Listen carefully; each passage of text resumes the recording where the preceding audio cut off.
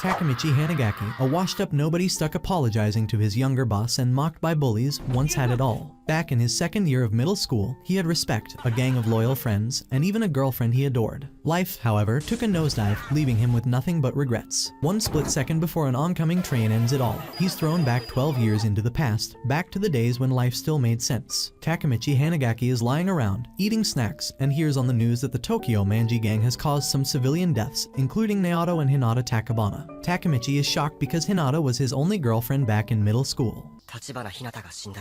A neighbor knocks on his door, saying the TV is too loud, and Takemichi apologizes. At work, his manager scolds him again for not putting returned DVDs back on the shelves, and Takemichi apologizes once more. On his way home, some kids scratched a car and ran away, leaving Takemichi to take the blame. At the train station, Takemichi feels overwhelmed by his life, having to apologize for everything and still being a nobody. As a train approaches, someone pushes him onto the tracks. Just before he gets hit, he thinks about Hinata. However, Takemichi finds himself reincarnated back in middle school, exactly 12 years ago, on July 4th, 2005. He's with his old friends Makoto, Yamagishi, Akun, and Takuya. They're happy to see Takemichi, and he notices he looks just like he did back in middle school, all drippy and funky like he used to be. They talk about Takemichi's cousin, Masaru, who is the supposed leader of Shibuya 3rd Middle School. Cap.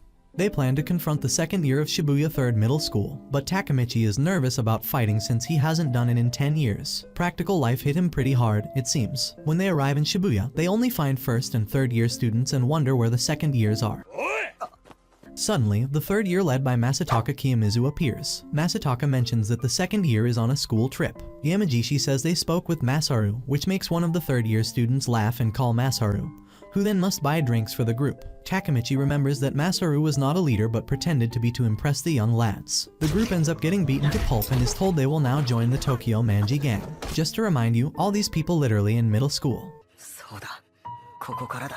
Takemichi recalls how their difficult days began and why he left town after graduation. Takemichi remembers Hinata and decides to visit her, even though he has forgotten what she looks like. When Hinata sees him beaten, she knows he has been fighting again and tells him to stop fighting over trivial things. Seeing her makes Takemichi cry and he tries to leave, saying he only wanted to see her. Hinata notices he's not himself and questions him. After talking for a bit, Takemichi leaves, crying, and sits on some swings. He hears some guys bothering a younger kid, gets angry, and confronts them. He punches one of them, breaks a bottle, and threatens to kill them if they don't leave. Damn, he was quite a badass in his prime. It's astonishing how he fell off. The guys quickly apologize and leave. The younger boy thanks Takemichi and Takemichi advises him to be confident and not back down from bullies. The boy introduces himself as Naoto Takabana, Hinata's younger brother. Takemichi realizes that Naoto will also die in 12 years and asks if he loves his sister. Naoto blushes but says he doesn't, as she bosses him around. Takemichi then tells him to take care of Hinata and that he loves her. Takemichi explains that he traveled back in time from July 1st, 2017, where Hinata and Naoto will die. He asks Naoto to remember that date and protect his sister. Takemichi then shakes Naoto's hand. Takemichi wakes up in the station infirmary on July 4th, 2017. He wonders if the previous events were just a dream but is puzzled by how he survived the train incident without any injuries. The person who saved him comes in and reveals he is Naoto. Naoto explains that Takemichi's actions changed the past, and he had time traveled. Naoto had used the information Takemichi gave him to save his life. However, despite his hard work and becoming a police officer, Naoto still couldn't protect Hinata, who still died. Naoto asks Takemichi to help him save his sister. Takemichi Hanagaki agrees to help save Hinata Takabana. Naoto Takabana explains that his power is time travel, and he can jump to the exact same day but 12 years into the past. Takemichi spends 2 days without sleep in Naoto's room, where Naoto gives him all the information he has collected about the Tokyo Manji gang. Naoto tells Takemichi that some of this information isn't known to the public because his predecessor obtained it while working undercover. After being discovered, Naoto's predecessor was killed, and his death was recorded in a video found in his eye socket. Naoto got transferred to his predecessor's position 6 months ago after repeatedly requesting transfers. Naoto tells Takemichi that he can't choose when to travel back, so when he returns to the past, he needs to meet the top 2 members of the Tokyo Manji gang, Mikey Sano and Tada Kisaki. Naoto explains that if these two never met, the Tokyo Manji gang would not exist in its current form, and his sister would not have to die. Takemichi asks how he will find them, and Naoto explains that Takemichi mentioned he returned to the present after shaking hands with Naoto. Now the question arises if Takemichi after the handshake was the original Takemichi, or the future Takemichi. I'm not gonna lie, this time traveling stuff makes me kinda dizzy to follow up, but oh well, the things I gotta endure to make entertaining recaps for you guys. Back to the story, Naoto believes that handshakes were the trigger for time travel. He tells Takemichi that Mikey and Kisaki first met in August, and Takemichi needs to stay close to one of them and prevent their meeting. They shake hands, and Takemichi travels back 12 years. Takemichi opens his eyes to find himself in a fight with people betting on the outcome. He's shocked by his location and checks his phone to confirm he's really back in time. As he's doing this, his opponent punches him and knocks him out. Poor guy always finds himself in the worst of the places. Later, Takemichi wakes up to find himself with Masataka Kiyomizu's gang. They're annoyed that he went down after just one punch and threatened to stop coming and betting if the fights were so disappointing. Masataka orders his men to teach Takemichi a lesson, and they start beating him up. Takemichi recalls that he used to be Masataka's slave in the Fight Club, which was one of the reasons he left his friends and Hinata behind. As Masataka and his men leave, Takemichi wonders if they are part of the Tokyo Manji gang and if he could meet Mikey or Kisaki. Masataka, angered by the mention of Mikey's name, starts hitting Takemichi with a bat. His men intervene to stop him before Takemichi is killed. Masataka warns Takemichi not to mention Mikey's name again, which frightens Takemichi and makes him think meeting anyone will be impossible. Feeling scared, Takemichi decides to go to Naoto and shake his hand again. He forgets that Hinata lives there too and encounters her, who is concerned about his injuries. Hinata says that if she were a boy, she would fight to protect Takemichi. Too bad she isn't a guy and has to rely on a wuss like Takemichi. Takemichi responds that he will protect her too and realizes he called her Hina. Hinata blushes but is happy with the nickname. After leaving her place, Takemichi thinks he isn't obligated to save her since they haven't talked for years in the present. However, seeing Hinata now, he feels he can't let her die. Seems like seeing his love after all this time has reignited his passion for love. Good for him, he was too much of a The next day, Takemichi's friends meet in the bathroom. Fight Club fights are becoming a daily event. Sendo reveals that Takuya Yamamoto will be fighting that day. Takemichi remembers that Takuya is quite fragile and almost died in a previous fight. Although the group disagrees, they feel powerless against Masataka. Hakan wants to take Takuya's place, but Masataka won't agree. Watching his friends, Takemichi realizes how much they care for each other and appreciates how cool they are. The fight begins, with Kojima from Sekura Middle School facing Takuya from Mizo Middle School, with odds of 6-4 in Kojima's favor. Masataka signals for the fight to start, but Takemichi interrupts. He complains that the fights are boring and suggests something more exciting, like a match between a king and a slave. He approaches Masataka and challenges him to fight. Knowing he can't save Hinata by staying a slave, Takemichi challenges Masataka Kiyomizu to a fight. Masataka agrees, and the first punch Takemichi receives makes him realize how much stronger Masataka is and regrets all his choices that led him to this moment. Takemichi, while still being beaten, mutters about how weak and apologetic he has been over the past 12 years. He tells Masataka that if Masataka wants to win, he'll have to kill him because he isn't giving up. Ken Ryuguji, the vice commander of the Tokyo Manji gang, arrives and tells Masataka to calm down because he's scaring the crowd. Behind Ken, Mikey Sano, the commander of the Tokyo Manji gang, is also present, who is nicknamed Mickey. He is the famous Mikey guy who everyone is so fearful of. While Takemichi's friends wonder who he is, everyone else bows and greets Mikey. Masataka greets Mikey, but as he walks past him, Ken kicks Masataka in the gut and tells him to show more respect to Mikey. Mikey approaches Takemichi and tells Takemichi that from today on, they are friends, which surprises Takemichi. Mikey then confronts Masataka and asks if he is running the fights. When Masataka confirms this, Mikey kicks him in the face and proceeds to beat him up. Mikey decides to leave, saying he finds the Fight Club boring.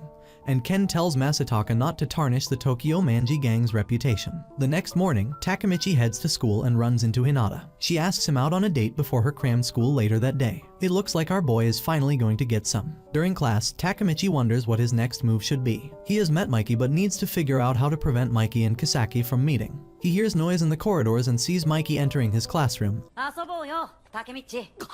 asking him to come out and play, which shocks Takemichi due to Mikey's wild behavior. Takemichi steps out of the classroom and sees several third-year students beaten. Ken informs him that he got angry and beat them up. Ken then orders the third year to line up on their stomachs and walks over them with Mikey. Mikey wants Takemichi to hang out with them, but Takemichi says he's busy. As they try to convince him, Hinata misunderstands the situation and slaps Mikey. She takes Takemichi's hand and tries to leave, but Ken stops them. Hinata tells them that if they were truly Takemichi's friends, they wouldn't have taken him by force, and if they are causing him trouble, she will stop them. Takemichi puts his hand on Ken and tells him to let Hinata go because there are things he won't give up.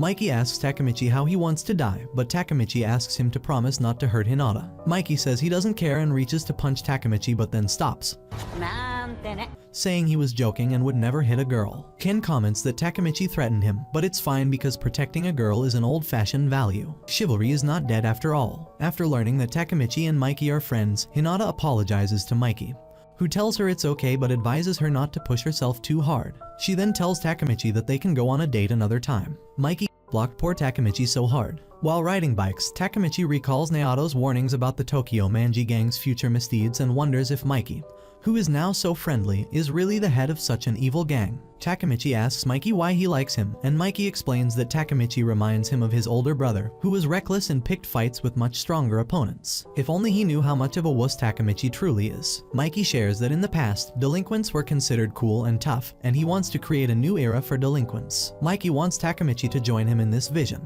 Ken adds that while there are many good fighters, few have strong convictions like Takemichi. As Takemichi walks home, he reflects on Mikey and wonders if he could truly be the same person who would cause Hinata's death. He passes a group of guys and feels like he has seen one of them before. Takemichi and Hinata travel together in a train when Hinata sees some students making noise and scolds them to not spread that much and take less seats, so that an older lady can sit. Hinata invites Takemichi to her place so that she can help him study. Takemichi got excited thinking that he may finally get lucky tonight. Takemichi is happy to be in Hinata's room, as it's the first girl's room he is in. Hinata's mom comes in and teases her daughter thinking that Takemichi is her boyfriend. Hinata thanks Takemichi for helping Naoto the other day and that their dad is often missing, and Naoto didn't like him, but suddenly he started saying he wants to be like him, a police officer. Takemichi then realizes why Naoto became a police officer. Hinata states that Takemichi feels more mature or it's simply a side she didn't know and wishes to know more about him. Suddenly fireworks start and Hinata takes Takemichi to the roof to enjoy the view. Takemichi enjoys the moment and doesn't want to return to the future as Hinata isn't there. He reaches to hold her hand, but Naoto comes out of nowhere and ruins Takemichi's moment as he returns to the present. In the present, Takemichi wakes up and starts crying because he was so close to getting some with Hinata. Naoto realizes his theory about handshaking is correct and guesses something must have changed since Takemichi returned. However, learning that Takemichi shook his hand by mistake, he gets angry. Naoto reveals they learned something new about his time travel. Takemichi returns exactly 12 years in the past, and if he spends a week there, when he returns to the present a week has passed as well, and during that time his body is in suspended animation. Takemichi reveals he met Mikey Sano, making Naoto wonder why he didn't kill him. Takemichi suggests that they go and see Mikey as he wants to learn from him why Tommen changed. Naoto agrees and states that Takemichi's weak side seems to have gone now. Spending some time with his girlfriend really manned up our boy. While they go over documents to look for a way to find Mikey, Naoto sees someone he doesn't recognize. Atsushi Sendo had become a member of Tommen's upper echelon. Naoto finds it strange as in his timeline, Sendo got arrested for stabbing Masataka Kiyomizu, and after his release he was just a no-name punk. They realize Takemichi must have changed the past after he fought Masataka and kept Sendo from stabbing him. They decided to call Sendo as he may arrange a meeting with Mikey. Takemichi finds Sendo's old phone number in his dirty apartment and hopes he hasn't changed it. He recalls how Sendo said they will all be friends forever. Sendo ends up answering and Takemichi arranges a meeting with him at the hostess bar Sendo is running. Naoto wonders if Takemichi should have been that frank and told Sendo he is looking to meet Mikey, since even the police can't find him and it may look suspicious, but Takemichi assures him that friendships don't change that easily. When they meet Sendo, Takemichi can't recognize him at first as he is missing his pompadour, who tells Takemichi he has been waiting all this time for Takemichi to show up. Sendo wishes to speak with Takemichi in private and they head to the rooftop. There they talk about the fun times they had in the past. Takemichi comments that Sendo must have a good life with all the money, but Sendo responds that there are things you can't buy. A typical thing a guy says when he earns all the money he wants. He knows that Naoto is a cop and that he is Hinata's little brother. Sendo then reveals he was the one that pushed him into the train tracks, but Naoto saved him like he knew Takemichi would fall into the tracks. Sendo wonders if Takemichi can go back to the past and asks Naoto for help. Sendo believes that's insane, but there is no other explanation. Takemichi is hurt and Sendo would try to kill him, and believes it must be a lie as he is his friend. Sendo reveals that he is Kasaki's soldier and everyone in Tommen obeys him, as they haven't seen Mikey in years. Sendo reveals that Mikey changed after Ken Ryuguji died and asks Takemichi to go back in the past and save him, save everyone. After that, Sendo jumps from the rooftop and dies, causing Takemichi to start crying. On the other end of the rooftop, Kasaki is seen listening to their conversation. Takemichi tells Naoto to investigate the day Ken Ryuguji died, as it was Kasaki who turned Tommen evil. Takemichi then decides to save everyone using his crybaby powers. Takemichi goes to work, but Hisakawa informs him that he is fired as he disappeared for 2 weeks. Takemichi wonders if he should tell Hinata about the future, but Naoto tells him not to as she may find him crazy and dislike him. With Atsushi Sendo dead, they have no other way but to go again in the past. Naoto reads the news reports on Ken Ryuguji's death. On August 3, 2005, he and 50 other people were in a biker gang fight, and he ended up being stabbed and died. The reason for the fight was inner strife between Mikey and Ken's faction. Takemichi finds that hard to believe as Ken understands Mikey more than anyone else. Naoto states that Takemichi's current mission is to save Ken, which will result in Mikey not changing and Atsushi and Hinata not dying.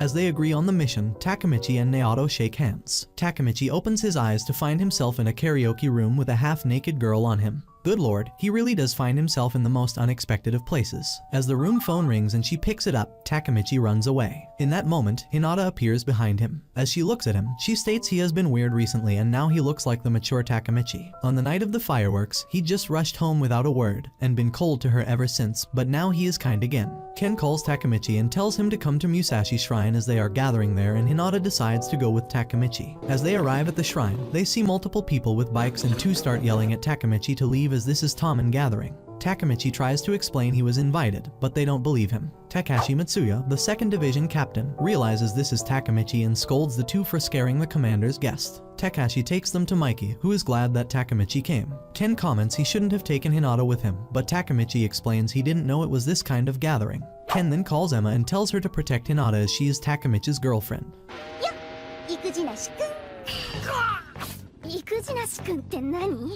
Takemichi sees Emma as the same girl from the karaoke and she ends up calling him a wussy boy. Emma states Takemichi made her get into her underwear and was so close to getting some, but he just ran away. Hinata gets angry and beats up Takemichi and then leaves. Emma is surprised that he went with her, considering he had Hinata. It turns out Emma wanted to make Ken jealous, so she laid down with Takemichi. The meeting of Tomen starts and Mikey wants to know the gang's opinion on the conflict with Mobius, another rival gang. Takashi explains that Mobius leader Nobutaka Asanai messed with Pachin's bud for something stupid. Nobutaka beat up his bud and raped his girlfriend in front of him, then took his money and hung his parents and siblings. Takashi explains that Tomen runs Shibuya while Mobius runs Shinjuku. Mikey asks Pachin what he wants to do. Pachin is aware that if they fight, Tomen won't go unscathed, but he is really irritated and wishes to fight and dispose of them. Mikey knew he would say that. He asks everyone if they are scared or think it's too much trouble to fight for his bud, but everyone just grins. Mikey then yells they are going to crush Mobius on August 3rd, the Musashi Festival. In bed, Takemichi thinks about the situation. He knows from Naoto that on August 3rd, Ken dies during internal conflict in Tomen,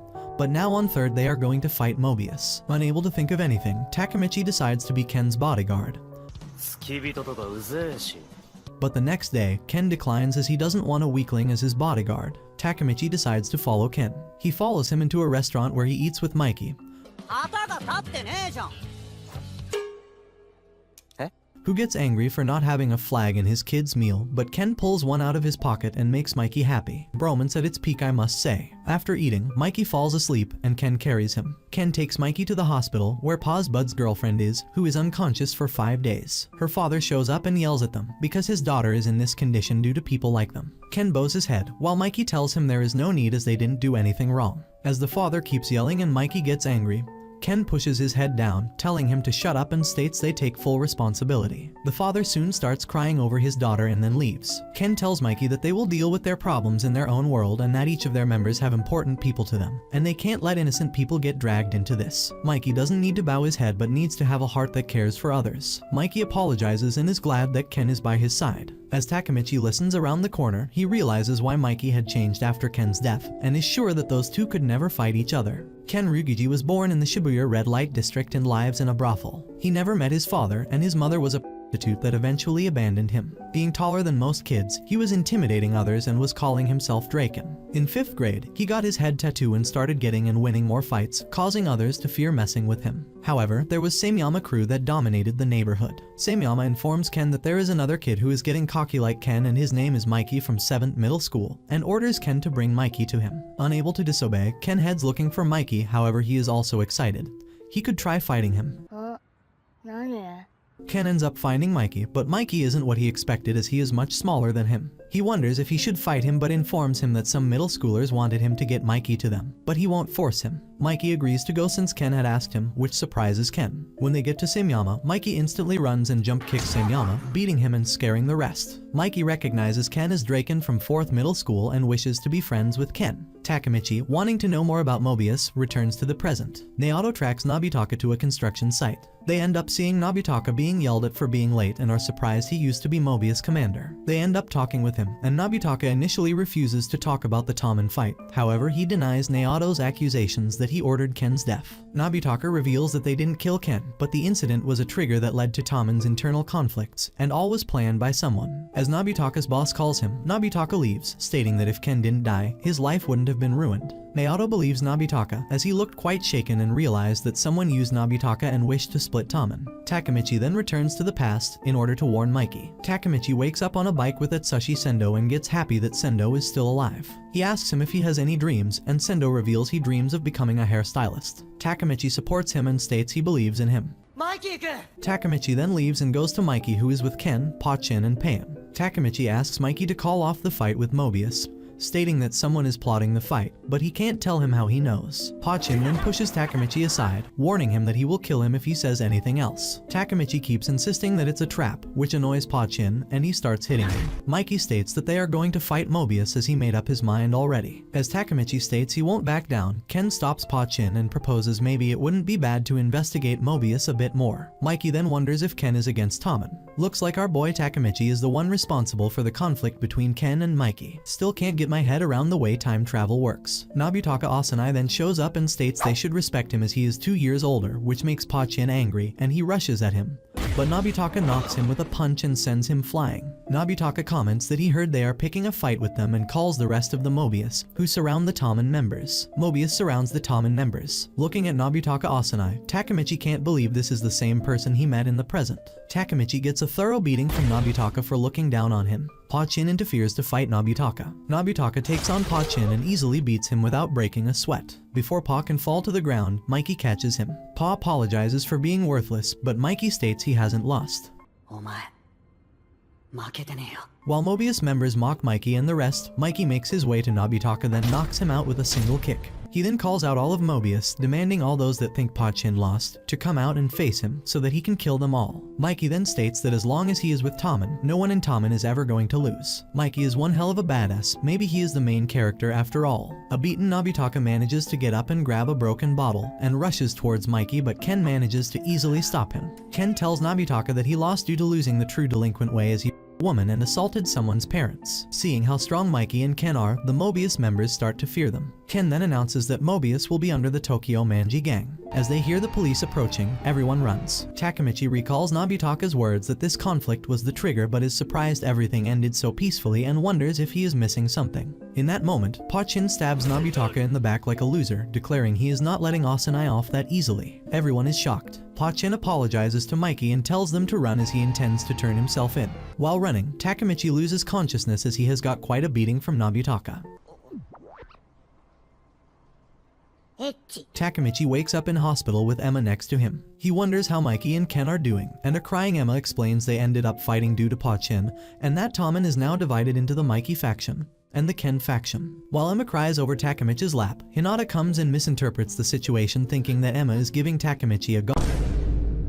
Takemichi spends 3 days at home, and as he is bored, he ends up finishing a large puzzle. His friends visit him and tell him that Tommen is in a bad situation and is likely to split, but then start laughing and explain that Ken and Mikey fight often. At that moment, Ken shows up bringing watermelon and shocking everyone. As they eat it, Ken tells them that Pachin will be held for a year and Nobitaka is alive. Takemichi asks about Mikey, which makes Ken angry, and he slams the table, messing up Takemichi's puzzle, traumatizing poor Takemichi. As Ken leaves Takemichi's home,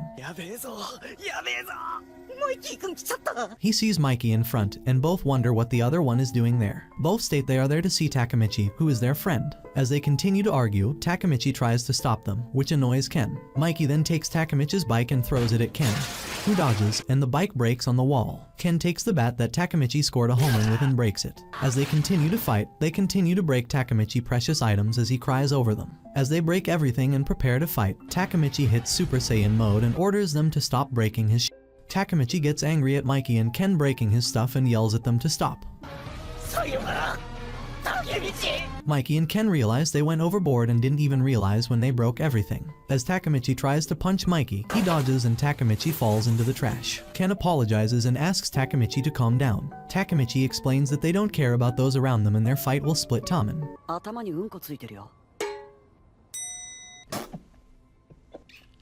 Mikey informs Takemichi that he has shit on his head and then runs away with Ken as Takemichi stinks. Takemichi's friends also ran away. A bit later, after Takemichi washes his hair, he joins Mikey and Ken, who have made up and apologizes for their behavior. Mikey states he forgot what they even fought about.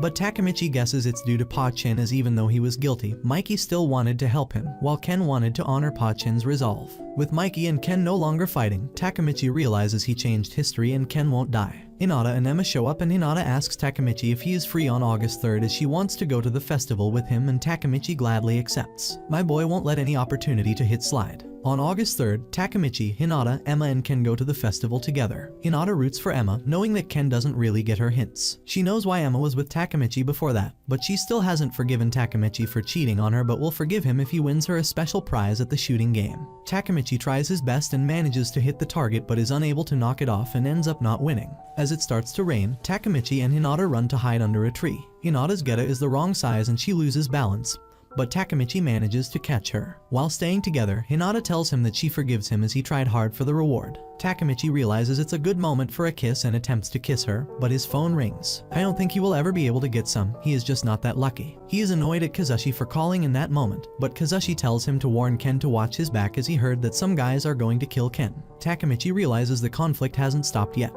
Takemichi hangs up the phone and apologizes to Hinata and asks her to wait for him. He goes around looking for Ken but runs into some of Tommen members with a Mobius guy, who gives Masataka Kiyomizu a blade who states that he will kill Ken. Poor guy was so humiliated by Ken back in the day. One of Masataka's guys finds Takemichi and brings him to Masataka. Masataka then orders Takemichi to go buy them drinks. But as there is no drink store nearby, Takemichi takes quite a beating from the Masataka gang. Takemichi realizes that he has not gotten stronger, but only believes so as if he was around Mikey and Ken. After beating him up, Masataka ties Takemichi with duct tape and leaves him there like a used-up whore. Some moments later, Hinata finds Takemichi tied up and removes the duct tape from his mouth. Takemichi started crying, stating that he tried his best, but in the end, he couldn't save anyone. If he was like Mikey or Ken, he could have beaten them, but as he is worthless, he couldn't do anything. Hinata then kisses him, saying it was her first kiss, and she gives it to him as he is special to her. Finally, our dude got lucky. It seems like he is the main character after all. After crying for a bit, Hinata frees Takemichi, and he decides to go and stop Masataka. Takemichi encounters Takashi Mitsuya and informs him that Ken will be attacked. However, Takashi already knows,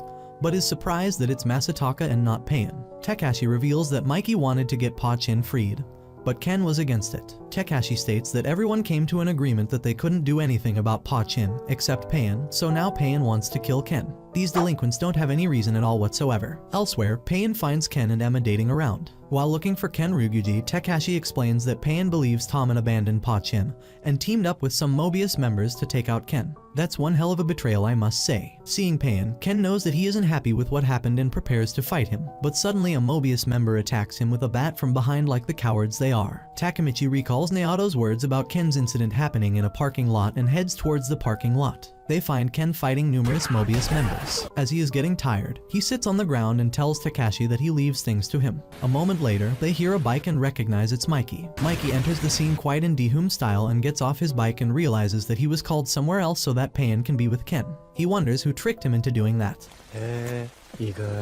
Shuji Hanma reveals himself and introduces himself as the temporary leader of Mobius. Mikey attempts to kick him in the head, but Shuji manages to block it. Shuji reveals that they intended to destroy Tommen by having them fight internally, but this is also fine as he can kill Mikey by his own two hands. Shuji then calls 100 Mobius members and warns them not to run or he will chase them and beat out all their teeth. As Mobius prepares to fight the 4 Tommen members, the rest of Tommen arrives on bikes, ready for a fight, in all Avengers in-game style. As the fight starts, Takemichi goes around looking for Ken, wishing to protect him from Masataka Kiyomizu. He traverses through the battlefield where a furious battle ensues. Many people show off their delinquent fighting styles, beating the hell out of other people. While beating down Mobius members, Mikey approaches Pain and asks him why he attacked Ken, even though they have settled things down. Pain doesn't accept that Tommen gave up on Pa-chin and started punching Mikey. He states that Pa-chin was everything for him and if Tommen abandoned him, it's natural that he would become their enemy. Pain knows that Mikey can beat him in a single hit but wonders why he isn't fighting. お前と争いたくないんだ。 He tells him to look at him and if he ever smiled about Pachin getting caught. Mikey asks Pain to keep hitting him until he is satisfied, but he doesn't want to fight with his own family and wishes Pain to return to them. Takemichi eventually spots Masataka and decides to stop him, but then sees he holds a bloody blade while repeating he did it. Takemichi then turns around and sees Ken bleeding on the ground. Takemichi finds Ken stabbed and informs Mikey, who attempts to get to Ken, but Shuji Hanma gets in his way and engages Mikey in a fist fight. As Shuji won't let him get to Ken, Mikey tells Takemichi to take care of Ken. Seeing Ken is still alive, Takemichi puts him on his back and tries to carry him to a hospital. Hinata and Emma see him and inform him that they have called for an ambulance. While waiting for the ambulance, Takemichi sees Masataka Kiyomizu and his gang approaching. As he gets scared, Ken awakens and thanks him for helping him and tells him to take Hinata and Emma and run. Takemichi lost everything because he ran away, so he decided to not let his second chance get away. He goes to Masataka and states that he isn't running away and is getting his revenge. Takemichi comments that they haven't finished their one-on-one as he didn't lose. Masataka thinks Takemichi is going crazy, but gets annoyed when Ken, Hinata, and Emma bet that Takemichi would win. Takemichi attempts to punch Masataka, however, he stabs him in the arm, stating that this isn't a one-on-one, but an execution. Takemichi attempts to hit Masataka, but he knocks him back.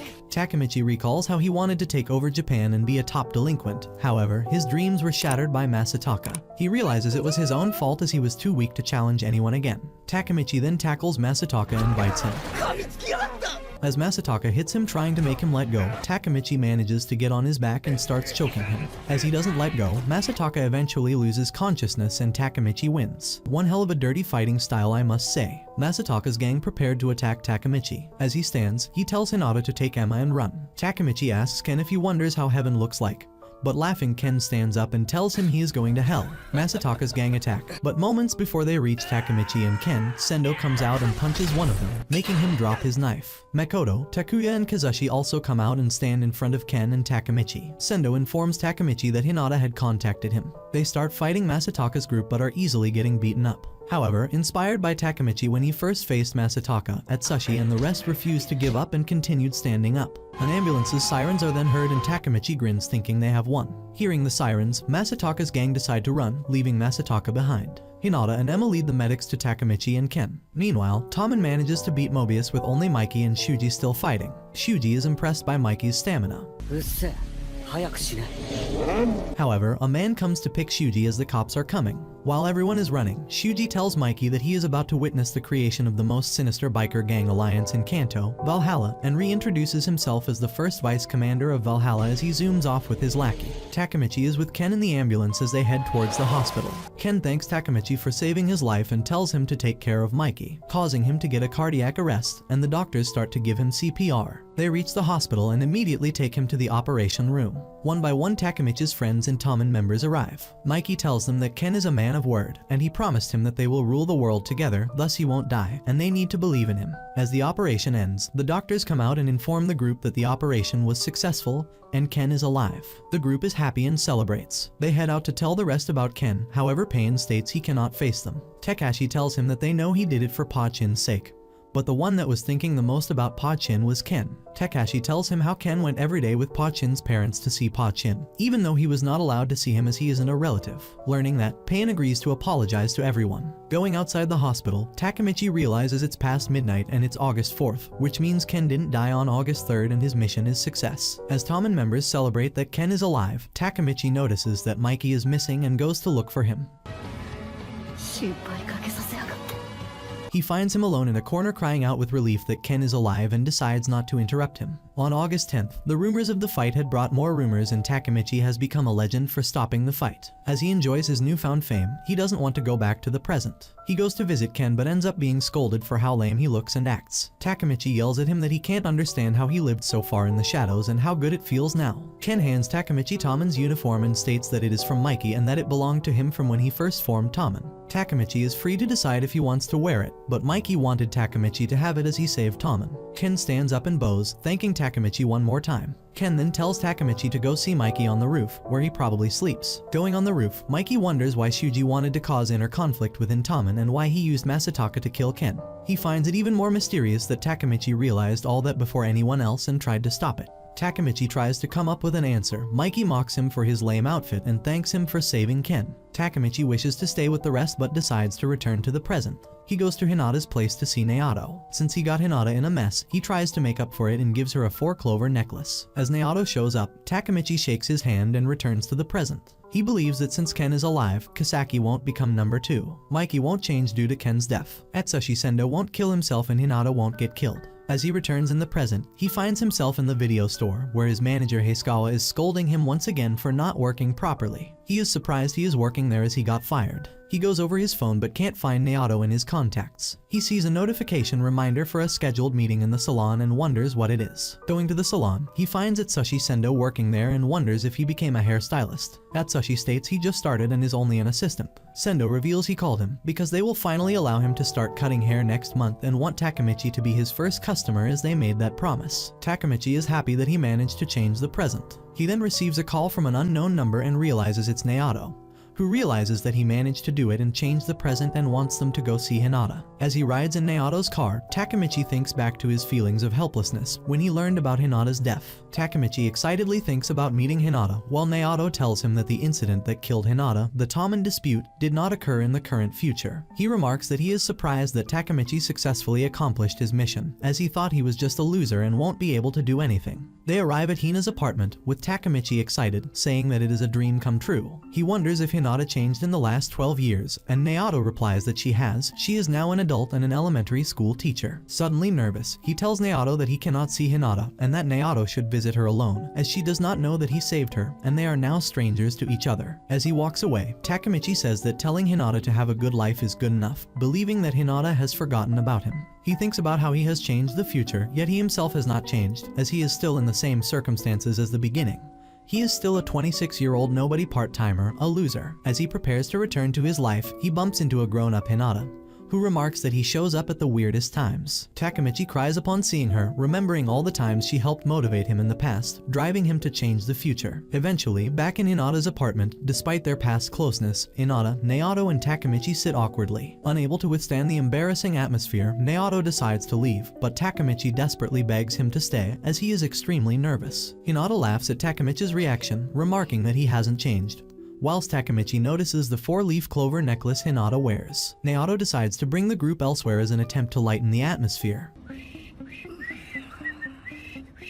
In the car, it is equally as awkward as in the apartment. Takemichi studies Hinata in the rear-view mirror, wondering if it is the same necklace he gave her 12 years ago, and if Hina still loves him. His insecurity gets the best of him, and he tells himself that it is a coincidence, but tries to check again to be completely sure. Suddenly, Naoto is being called by the police, being needed for backup. He decides to leave his car to Hinata and will come back for it tomorrow. Hinata decides to stop the car at a car park, and she asks Takemichi to walk with her. Hinata tells Takemichi that the park evokes memories, specifically a memory of her with someone she liked on Christmas Eve. Hearing this, he thinks back to when Hinata dumped him 12 years ago. Hinata says she still has not forgotten the person she was with on Christmas Eve, who broke up with her. Takemichi replies that he cannot believe that anyone would dump her, and Hinata, crying, wonders why she was dumped, imploring Takemichi. Takemichi comes to the realization that Hinata is talking about him. Overwhelmed with this information, he rushes to the bathroom, confused, 俺振られたよな as his memories do not align with this information. I swear to gosh, this time travel stuff is going to be the end of me. Hinata's words about not forgetting Takemichi compel him to decide to change, and he decides to ask her out. As he walks out of the bathroom, he encounters a man, who remarks in surprise that Takemichi is not in the car and that he hoped to take them both.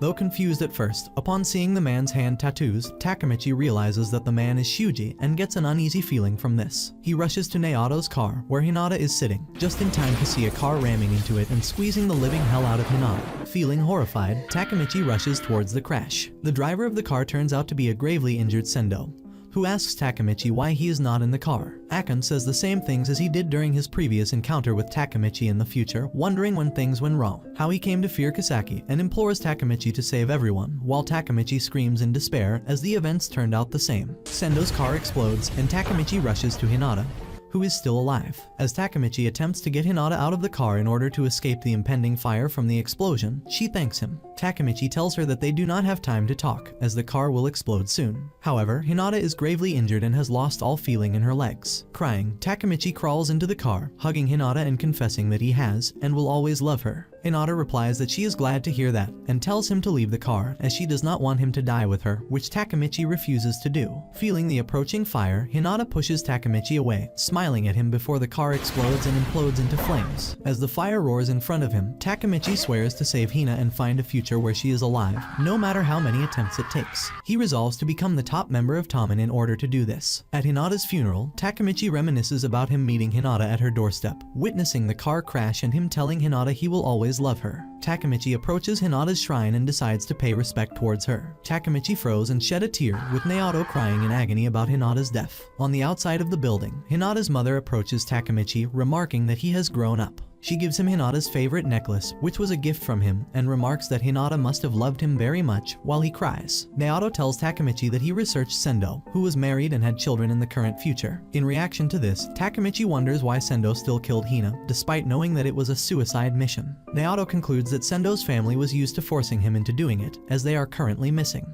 Naoto asks about Sendo's last words, and upon hearing that they were the same as after a previous time leap, he says that their actions were in vain, as they were unable to escape fate and change the future. Takemichi tells him that he is wrong, as Ken's death must not have been the deciding factor in turning Tommen bad. He concludes that they must get to the root of the problem and that Tommen must be destroyed.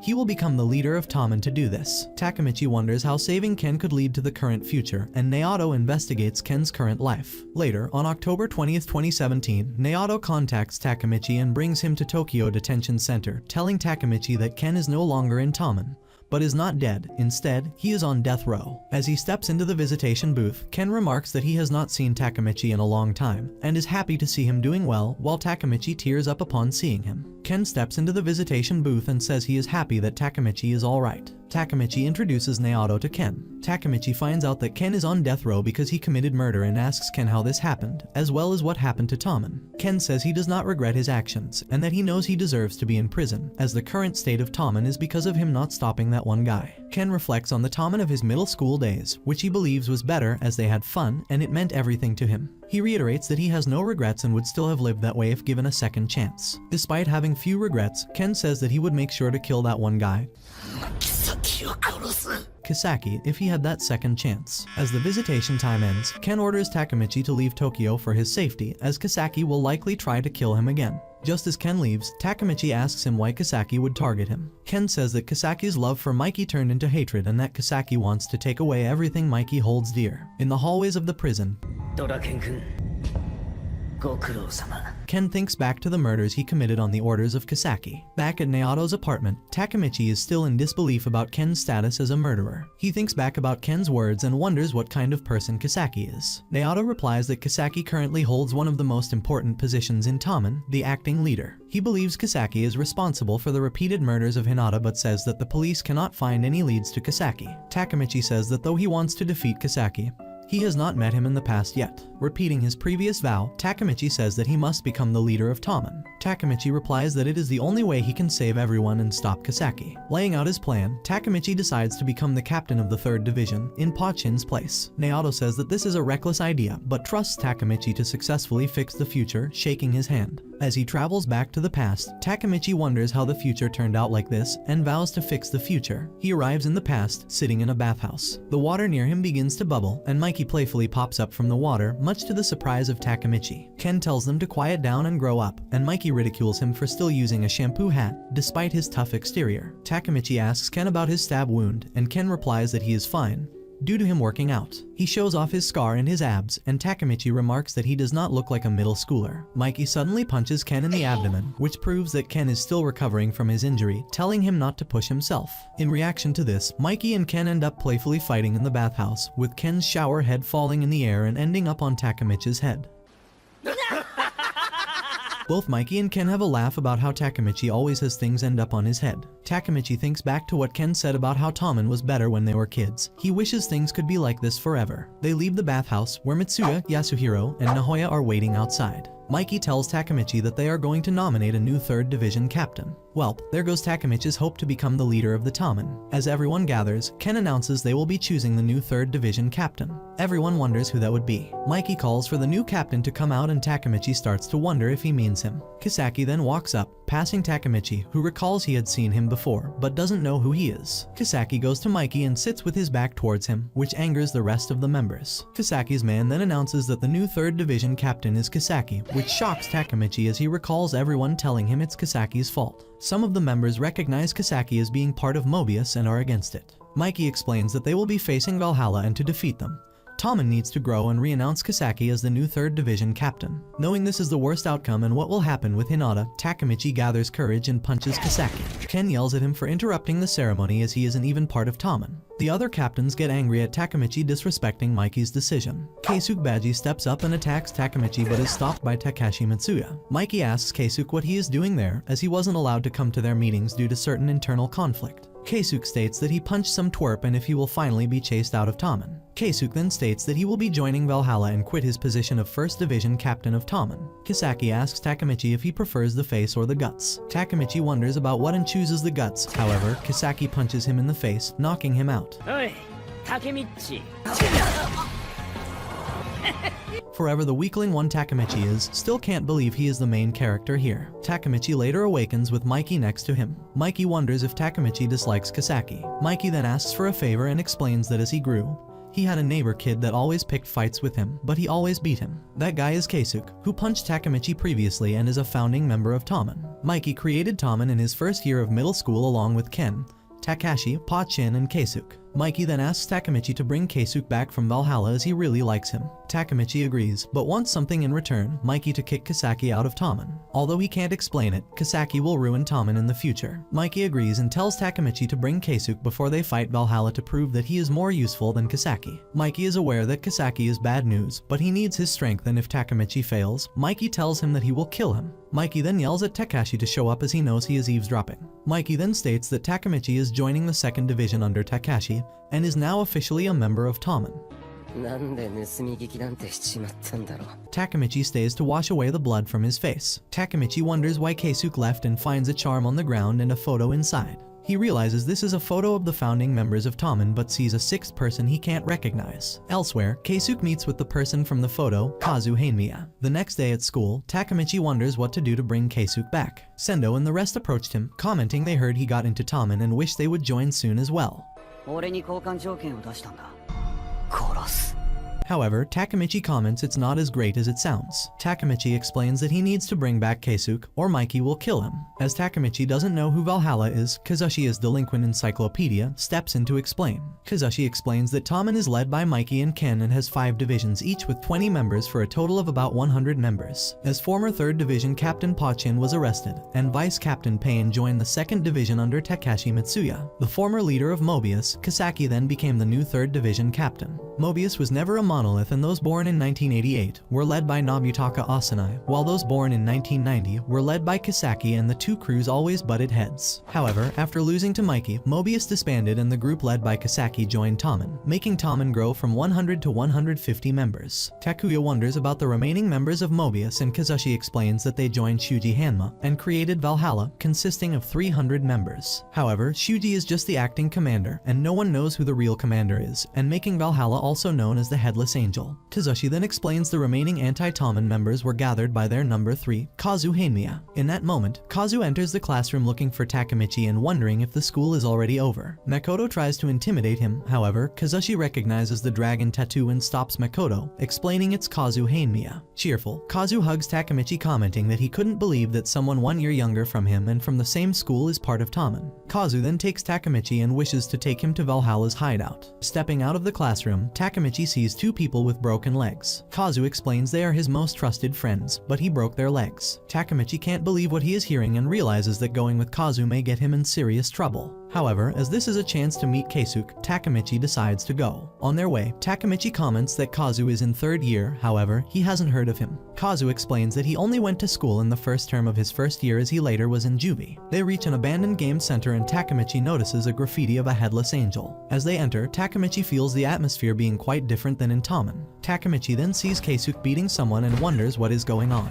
Kazu states it's a test of faith, as changing from Tommen to Valhalla is like changing a religion. Keisuke is currently beating his 1st Division vice captain in Tommen, his most trusted retainer. Keisuke stops and asks Shuji if it's enough. Some of Valhalla members comment Keisuke went far more than they expected, but Keisuke states he isn't there for a lecture. Hanma then calls Kazu, who tells him that he brought Takemichi, a new Tommen member. Takemichi starts to realize he may be the next person they do a test of faith. Valhalla members start cheering to kill Takemichi. Shuji explains that Keisuke, one of Tommen's founding members, wishes to join them and that will greatly help them. However, as he may be a spy, he told Kazu to bring a witness. Shuji asks Takemichi what Keisuke said at Tommen's last meeting. Takemichi tells him that Keisuke said he is joining Valhalla and that Tommen is his enemy. Kazu states that it should be enough and that Takemichi is more aware of what is going on in Tommen. Kazu reconfirms if Keisuke wishes to join them as they will kill Mikey. Keisuke agrees to help them out. Shuji then welcomes Keisuke as Valhalla member. Friendships really don't matter in this anime it seems, unless it's some hardcore bromance. Takemichi asks Keisuke why a founding member is betraying Tommen and Keisuke states that Kazu is also a founding member, which surprises Takemichi, but recognizes him from the photo. Keisuke states that Kazu has a grudge on Tommen and he won't forget it. In the summer of 2003, in their first year of middle school, a 12-year-old Keisuke and 12-year-old Kazu head for their usual meeting place but see some punks and decide to fight them. As they reach the meeting place, they see Pachin excited about Tommen's jackets being ready. Ken tells them to dress up and take a picture, but then notices Mikey finishes eating at Ken's chocolate parfait and ends up in an argument. Keisuke then explains that after taking the picture, an accident occurred that no one ever expected. In 2003, the newly formed Tokyo Manji gang enjoys life and drives their bikes. But Mikey is too slow with his moped and makes them ride slowly waiting for him. Ken and the rest complain about Mikey's moped, but Mikey acts like it's a CB 250T Street Hawk. An older biker gang stops next to them and mocks them for never hearing about them. One of them decides to wreck Mikey's moped, but Mikey gives him a cold look stating that he will kill him if he scratches his moped, which ends up scaring the guy. The gang then leave, threatening to crush them next time if they see them. Ken and the rest are fine fighting the gang but blame Mikey for the trouble. The gang continue their ride, disappointed they didn't fight. Mikey's moped stops and he realizes he is out of gas. Ken blames him for not thinking ahead as they told him they were going to drive far off. Ken states they will be waiting for Mikey at the beach. But Mikey tries to play it as Tommen's problem and wants a rock paper scissors to decide who will go for gas. Keisuke Baji ends up losing and takes Mikey's moped to a gas station, while the rest head to the beach. Ken and Takeshi decide to race who will first get to open water and return. Kazu notices that Mikey is missing. Keisuke is unable to find a gas station, however, he meets the biker gang from earlier. They decide to keep their promise and wish to burn the moped. They first beat Keisuke and attempt to break the moped, but Keisuke protects it with his body, telling them to not touch Mikey's bike or he will kill them. A moment later, Mikey appears, stating he forgot his swim trunks in his moped. Mikey then proceeds and kicks his own moped, shocking everyone. He then asks the biker gang how they dare hurt what's important to him. They attempt to tell him that he kicked his own bike, but in an instant Mikey knocks one of them, revealing his important thing is Keisuke. As he confirms Keisuke is alright, the two of them face the gang. August 13, 2003. Kazu takes Keisuke with him and comments that Mikey's birthday is coming up soon and they will be getting him a present, a CB 250T bike. Reaching the bike shop, Kazu states they will be stealing it. Keisuke tells him that Mikey won't be happy getting a stolen one, but Kazu doesn't intend to let Mikey know the truth. Keisuke is still against it, but Kazu manages to convince him as Mikey will get his dream bike and that will make him happy. At night, they break into the bike shop. Keisuke still has doubts but proceeds with Kazu. They see the bike and realize it's not new as it has custom features and is likely there for maintenance. As they cut the chains, Kazu goes outside to open the shutters. The owner then appears realizing they are trying to rob him. As Keisuke panics and wonders what to do, the owner approaches him and recognizes Keisuke. Keisuke then recognizes Shiny Cairo and wonders what he is doing there, and Shiny Cairo explains it's his shop. Keisuke then sees Kazu running with a weapon and yells at him to stop, but Kazu proceeds and hits Shiny Cairo on the head. Kazu states he didn't have a choice as he saw their faces. but Keisuke explains this is Mikey's older brother, which surprises Kazu. Kazu messed up big time. As Shinakairo isn't breathing, Keisuke wonders what to do. While Kazu panics, Keisuke decides to call an ambulance. However, he hears police sirens and tells Kazu they need to run. Kazu is in a state of shock and mumbles he did it for Mikey, so this is Mikey's fault and thus he needs to kill Mikey. The police arrest Kazu and Keisuke, and as they are escorted out, Mikey shows up and asks Keisuke what is going on. Keisuke starts crying and apologizes to Mikey, while Kazu still mumbles he needs to kill Mikey. After explaining what happened in the past, Keisuke says that he avoided juvie thanks to Kazu defending him, and has been waiting for Kazu to get out. Hearing the story, Shuji immediately accepts Keisuke and gives him a Valhalla jacket. Shuji then tells Takemichi to tell Mikey that Tommen and Valhalla's fight will occur on October 31st, in an abandoned car lot. Later in bed, Takemichi thinks about the upcoming battle and that there is no way for him to bring Keisuke back. The next day, while heading towards school, Takemichi wonders what he will tell Mikey. A beaten-up guy calls him to come and sit on the swings with him, but Takemichi doesn't recognize him and decides to continue. The guy then mentions Keisuke and that he is Chifuyu Matsuno, 1st Division Vice Captain, the guy who got beaten up by Keisuke to prove his loyalty to Valhalla. Chifuyu tells him he should be thankful for Keisuke as Takemichi ruined the new 3rd Division Captain ceremony, and if it wasn't Keisuke, he would have gotten it worse. Chifuyu then explains that Keisuke beat him to join Valhalla, but not to defeat Tommen, but to expose Kisaki. Takemichi and Chifuyu go meet with Mikey and Ken at Shinakairo's grave. Ken and Mikey explain that they are aware that Keisuke and Kazu didn't intend to kill his brother, but Mikey's heart still can't accept it. Mikey explains that they tried to steal his brother's bike and give it to Mikey as a birthday present, and the bike is all he had left of his brother. Mikey had forgiven Keisuke, but he will never forgive Kazu for killing his brother or Keisuke for going over to Kazu's side. Mikey wonders why Takemichi brought up Keisuke's vice captain and not Keisuke, and what he wants to do. Takemichi recalls his earlier conversation with Chifuyu, who explains that even though Keisuke hasn't said it himself, he knows him and knows that he is investigating Kisaki and requests Takemichi's help to investigate Kisaki as well. Chifuyu then asks Takemichi what he wanted to do when he attacked Kisaki during the ceremony. Recalling the promise he made, Takemichi tells Mikey that he wants to become the head of Tommen, and he will make Mikey acknowledge that someday. As they leave, Chifuyu offers Takemichi that he will help him become Tommen's head if he helps him with Kisaki. Takemichi wonders if Chifuyu believes he can become the head of Tommen, but Chifuyu doesn't believe it, but will still help him. Takemichi agrees and they shake hands, sealing their new partnership. To find a connection between Valhalla and Kisaki, Chifuyu decides to visit Nobutaka Asanai. Nobutaka tells them that when he first met Kisaki, he thought he was a dull brat. Kisaki offered to join him, and he will help him take over Tokyo. Nobutaka ended up doing what Kisaki told him, and in a year, he went from a moron who could only fight to the commander who ruled Shinjuku. Nobutaka realized he was just a stepping stone during the battle on August 3rd. Kisaki had planned everything and pushed Pachin to create a reason to fight with Tommen and led Nobutaka to take all the blame. After Nobutaka was stabbed, Kisaki told him he didn't like how he did things and got closer to Mikey, telling him he could prove Pachin's innocence. Kisaki intended to kill Ken and take the number 2 spot in Tommen. After abandoning him, Kisaki now has a new sword, and that is Shuji Hanma. Chifuyu wonders why Nobutaka hasn't taken Kisaki out by now. Nobutaka comments that if he was just a good fighter or a little cunning, he would have done it. But Kisaki is bad news and will try killing someone without getting his hands dirty. As Nobutaka is afraid of what Kisaki could do, he decided not to deal with him. Chifuyu realizes that Kisaki is Valhalla's leader. Takemichi wonders what to do and decides to return to the present. In the present, Takemichi takes Naoto and they go visit Ken. Takemichi asks Ken if he remembers Valhalla and if their leader is Kisaki. However, Ken denies it and states the Valhalla leader is Mikey. He proceeds to explain that Valhalla was a gang put together for Mikey. Takemichi can't believe it as Mikey is the head of Tommen. Ken then tells him to recall the bloody Halloween 12 years ago, when Tommen was taken out by Valhalla and the new Tokyo Manji gang was created with Valhalla as its parent organization.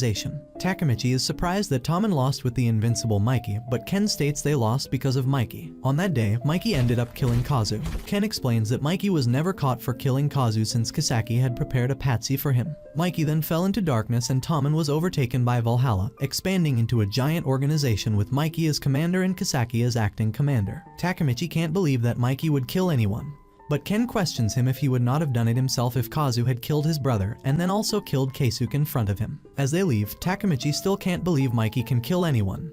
However, he has started seeing glimpses of what happened that day. He recalls seeing Keisuke, Kazu and Mikey's devastated face and wishes to save him. At Naoto's place, Naoto explains that on Bloody Halloween, Tommen ended up losing to Valhalla all because Mikey ended up killing Kazu. Takemichi then decides to save Keisuke, which in return will cause Mikey to not make that mistake of killing Kazu and stop Kisaki's plan. Deciding on the new mission to protect Keisuke, they shake hands and Takemichi returns to the past. Takemichi finds himself walking Hinata to her home. She tells him to wait and comes out with a present. As Takemichi opens it, he sees it's the same clover medallion he gave her, making them both matching medallions. Takemichi recalls how much it meant to Hinata and starts crying and thanking her. Ken calls Kazu and asks him if they can stop the fight. Ken wonders why Kazu hates Mikey that much, even though Mikey spoke in Kazu's defense, which is the reason he got out of juvie early. Kazu states he spent 2 years in a cell and is no longer the same. Ken states that he is still part of his crew and Kazu states that this is what he doesn't like in him and leaves, stating that they will crush Tommen in the upcoming battle. A day before the battle, Chifuyu takes Takemichi to meet with Keisuke. Chifuyu questions Keisuke if he found anything about Kisaki. He explains that he did his own research and found out that Kisaki is bad news, so Keisuke no longer needs to stay in Valhalla. Keisuke tells him not to trust anyone who isn't his friend and tomorrow they will crush Tommen. Takemichi requests to talk with Keisuke alone. He then asks him not to die tomorrow as that will make Mikey sad.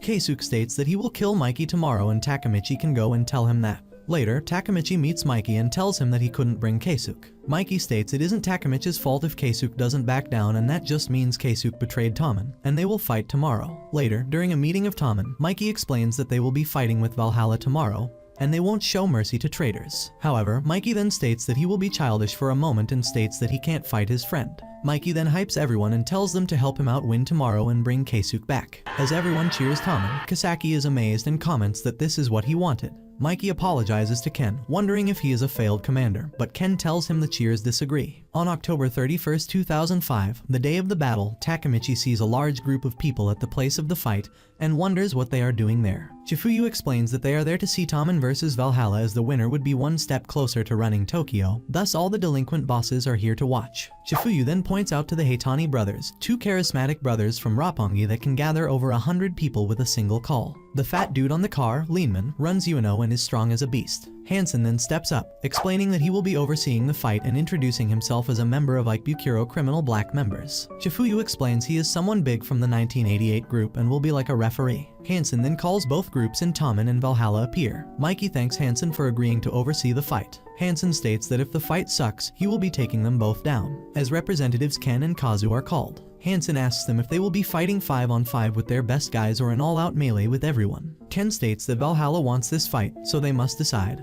but has one condition: if they win, they will be taking Keisuke back. As Ken insists on that, Kazu gets angry and knocks out Hansen, commenting that they haven't come here to play house or something, but to kill them all. The two gangs then run towards each other, starting the fight. The brawl between Tommen and Valhalla starts, with the top Tommen members doing very well. Takemichi tries to look out for Keisuke but ends up in a fight with a Valhalla member. Kazu attempts to attack Mikey, but Ken stops him, stating that he won't let him touch Mikey. However, Shuji Hanma steps in and pushes Ken away, deciding that they will be fighting each other and leaves Kazu to fight Mikey. Takemichi is in trouble, losing his fight, but Takashi saves him. However, he scolds him, asking him why he came, since they are there to fight and he needs to stay focused. Takemichi gets motivated. However, as he sees 2 big scary guys in front of him, he gets scared again.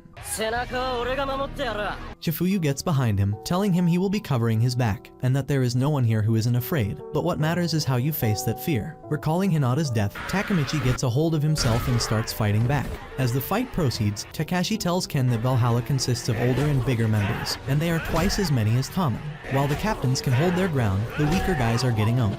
Ken goes and protects a weaker member, who apologizes, stating that he wishes he could fight like the captains, but Ken tells him he will protect all. As more of the weaker guys start to collapse, Ken sees Takemichi running and swinging his fights, yelling at Valhalla members to come and fight him. As Takemichi yells he will crush all.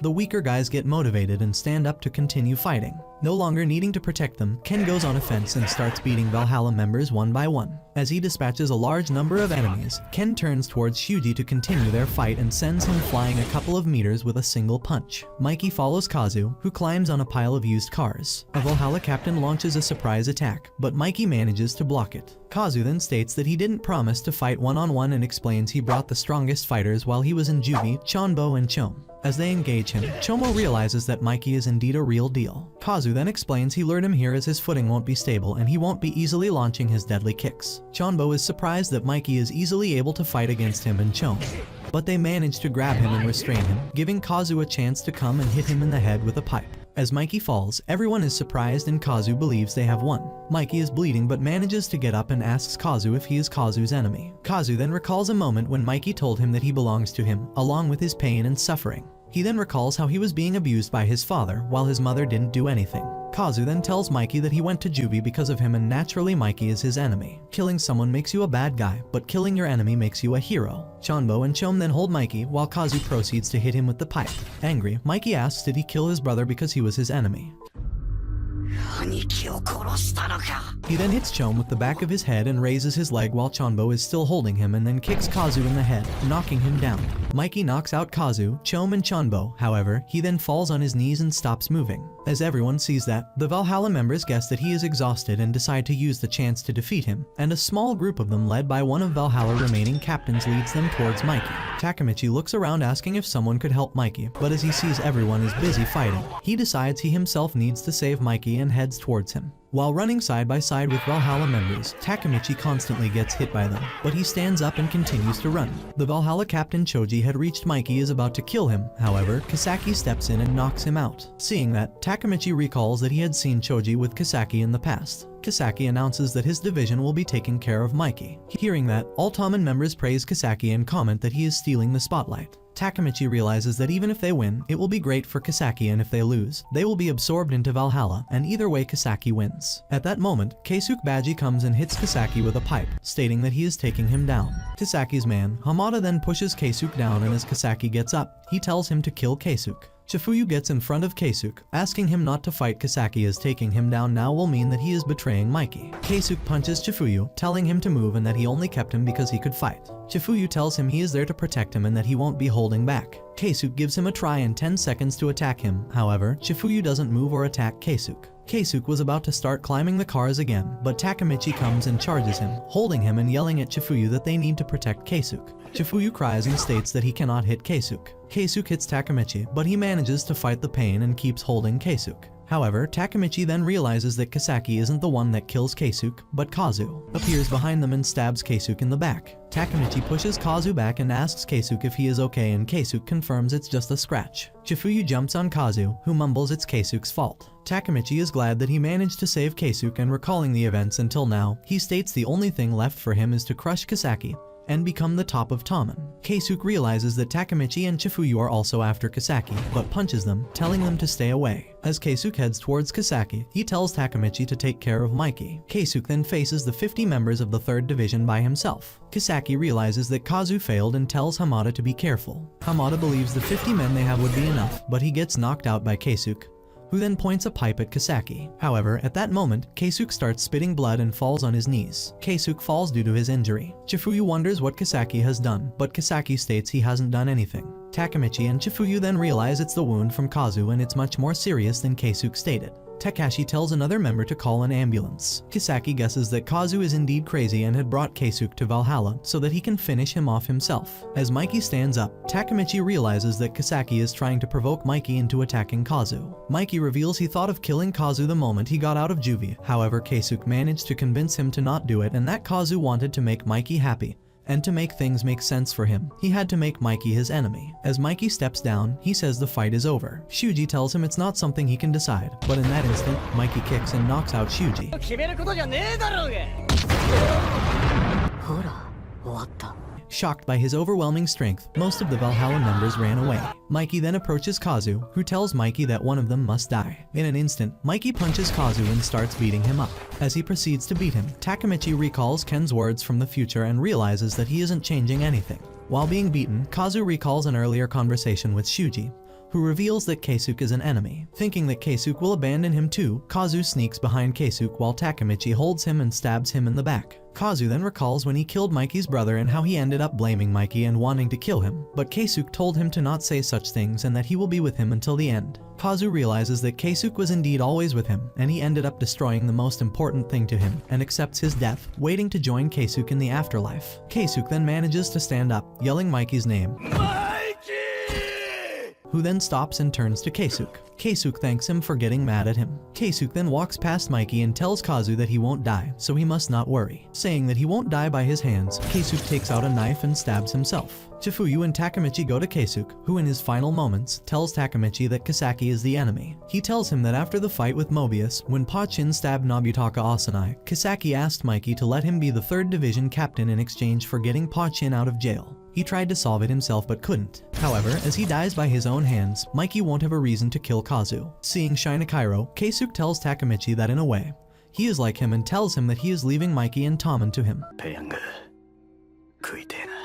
Keisuke then says he would like a yakisoba to split with Chifuyu, who tells him he will go buy one. As Keisuke thanks him, he takes his last breath and dies in Chifuyu's hands. As Chifuyu's cry resonates, Mikey continues to pummel Kazu, adamant about killing him. Chifuyu acknowledges that he knew Keisuke hadn't betrayed them and had been fighting alone, but he couldn't save or protect him. Amidst his tears and despair, Takemichi reflects on Keisuke's words, which entrusted Mikey and the future of Tommen to him. Determined, Takemichi steps between Mikey and Kazu, who threatens to kill him too if he doesn't move. Mikey delivers a punch to Takemichi, urging him not to speak for Keisuke. In response, Takemichi insists that Keisuke sacrificed himself for both Mikey and Kazu. He took his own life not only to absolve Kazu of guilt but also to implore Mikey to forgive him. As Takemichi removes his jacket, a charm falls to the ground. Mikey picks it up, inquiring about its origin. Takemichi reveals that he found it during their final meeting. The charm triggers a realization in Mikey as he recognizes it, recalling how they had created Tommen together. Back on June 13, 2003, Mikey wishes the gang to gather at the shrine.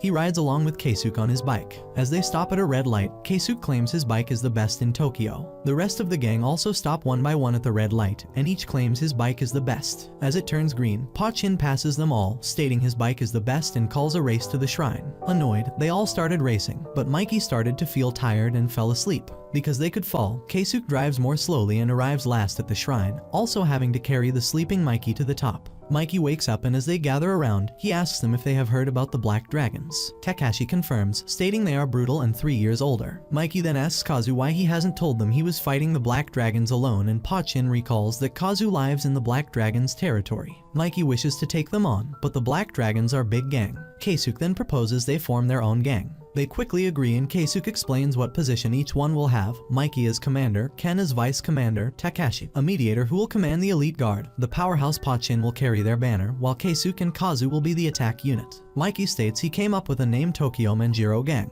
Everyone finds the name lame but agrees to form a gang. Mikey wonders what kind of gang they want, and Keisuke wishes for a gang where they could all risk their lives for each other. Pachin then suggests they buy charms to commemorate the event. They go to buy charms but see that each costs 500 yen. Emptying their pockets, they realize no one has enough to buy himself a charm. Ken suggests they combine their money and that way they can buy one charm. As they buy one, Mikey suggests that Keisuke keeps it as they form the gang because of his idea.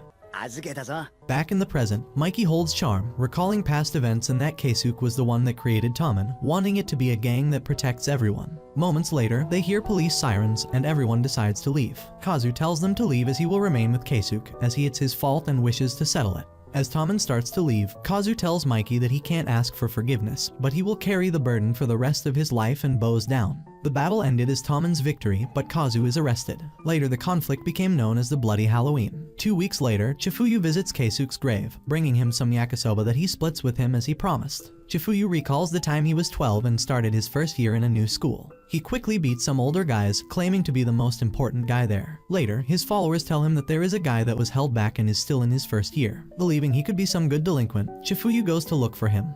But when he finds Keisuke Baji, he is surprised to see him look like a nerd with glasses and slicked back hair. He wonders why he was held back, and his followers guess he was an errand boy and decided to stop coming to school, or he is a shut-in. Initially, Chifuyu loses interest, but later visits Keisuke when he is alone. Looking at him studying, he points out he couldn't write tiger correctly and wonders why he is dressed like that. Keisuke states he can't be held back, or he will make his mother cry. Chifuyu shows him how to write a tiger and Keisuke finds him a nice guy, and they end up talking more.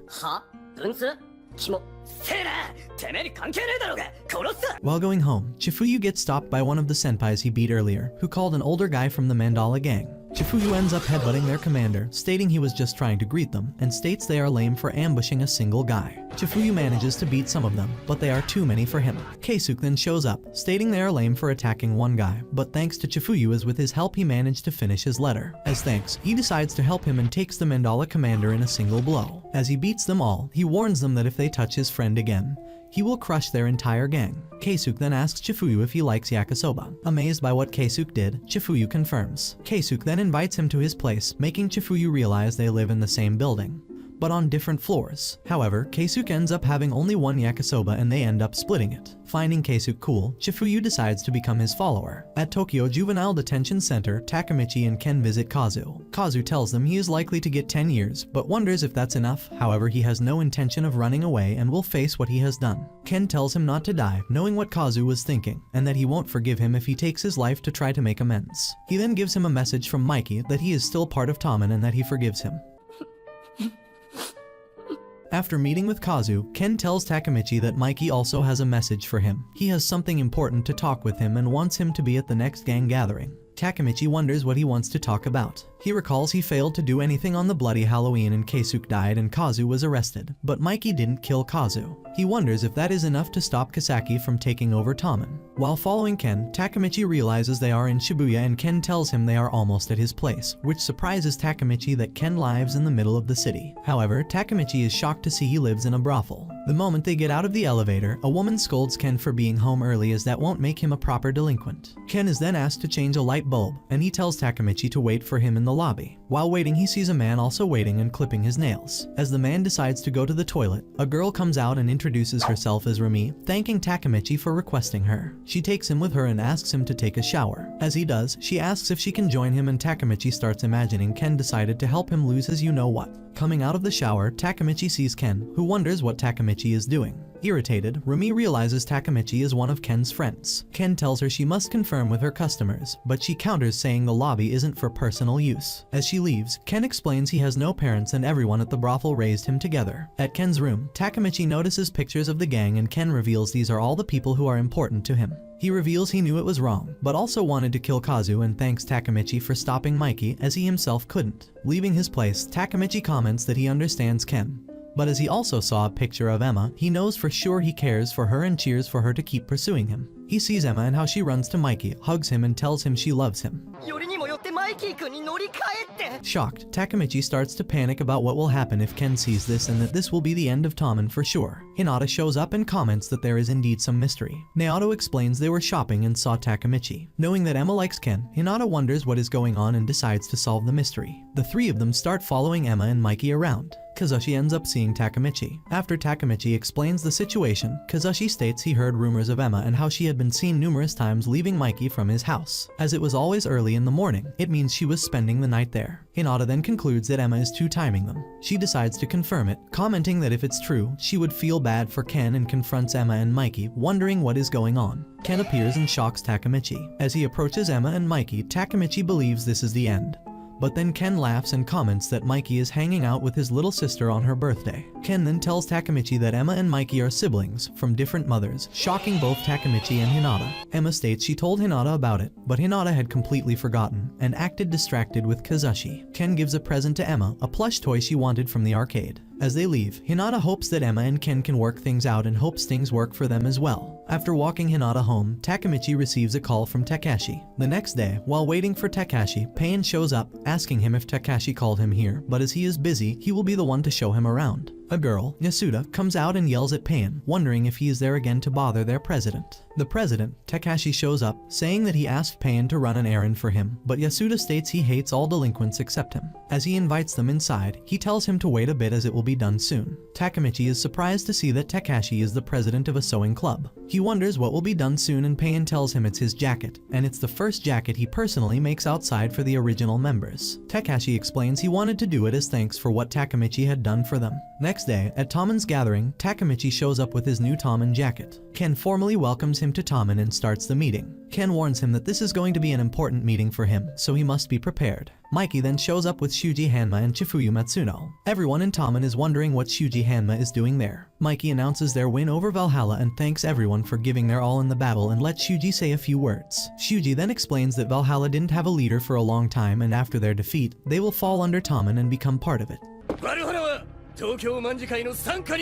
Tommen members are excited about how big they are becoming and start cheering for Tommen. Shuji also explains that someone brought the two gangs together and calls Kisaki. Takemichi starts to worry that Kisaki will again manage to take over Tommen and it may result in a worse future. Mikey states that while they gained something from the battle, they lost Keisuke Baji and then leaves Chifuyu Matsuno to say a few words. Chifuyu explains he was planning on leaving Tommen, but at Keisuke's grave, Mikey asked him if he was going to blow out the flame of the 1st Division. Chifuyu thinks it will be too much for him to handle being the 1st Division captain. Thus he talked with Mikey for days and finally they came to a conclusion. Chifuyu himself is going to decide who he will follow and then calls Takemichi, wanting him to become the 1st Division captain. Chifuyu believes that Keisuke wanted this and chose Takemichi. Recalling the future and all the promises he made, Takemichi starts to believe it's not over yet, and he still can change Tommen, and then accepts. Takemichi then goes to shake Nayato's hand and returns to the present.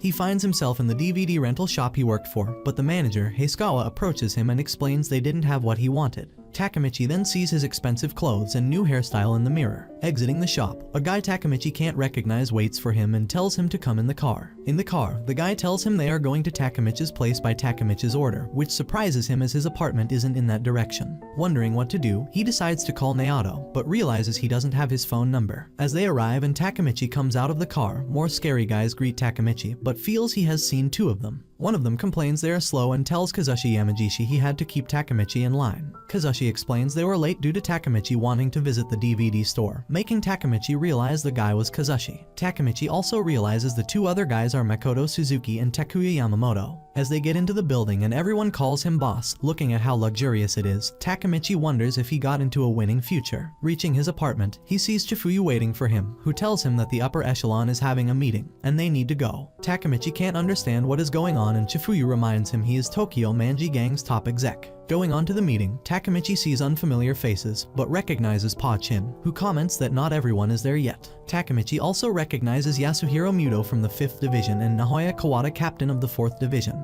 He sees new faces as Hakai Shiba, Seishu Inui, and Hajime Kakanoi. As Pa Chin wants more food, the old Tommen members get into an argument with the younger ones, with Seishu Inui commenting that they are bringing money to Tommen, while the old-timers are just lazing around. Chifuyu is annoyed and comments they are ex-Black Dragon members. Shuji didn't want to discuss treasury funds and explains that Hajime's at business, Hakai's cover business, and a few others were searched by the cops 3 days ago, which should mean there is a traitor among them. Pa-chin doesn't believe there is a traitor, but Hajime states there is no other explanation. As they argue and insult each other, Kisaki comes, and everyone bows and greets him. While it's rare for him to show up to those meetings, he explains he had something to take care of and then approaches Takemichi and requests to speak with him and Chifuyu. Going into another room, Kisaki asks them if they hate him and recalls it was around 12 years ago when Keisuke died, and it was all his fault. Kisaki confesses that he arranged the bloody Halloween and used Shuji to sweet-talk Kazu and form Valhalla. He then made the gangs fight as he wanted power and praise. Kisaki explains he didn't intend to kill Keisuke and apologizes to Chifuyu. He is fine if they keep hating him but want to take a toast to Keisuke.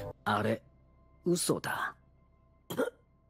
As they drink, Kisaki then confesses that he lied and used Kazu to kill Keisuke and is about to finish what he started. Takemichi's head starts to spin, and he loses consciousness. Takemichi later wakes up tied to a chair next to Chifuyu. Kisaki then kicks Chifuyu, stating that he never forgot Keisuke's death and has been trying to get revenge all these years and wants them to confess that they are the traitors. Chifuyu states he only wanted to chase Kisaki out of Tommen. As Tommen is rotten right now, he wants to clean it and admits he is the traitor. He tries to explain that Takemichi doesn't have anything to do with it, but Kisaki doesn't believe it. He goes and shoots Takemichi in the leg, wondering why he is acting all surprised. Kisaki then points his gun at Chifu's head and asks him if he has final words. Chifuyu asks Takemichi to listen and tells him that in the last years Mikey had disappeared, and Ken Ruguji was executed, and before they knew it, they got involved and messed up.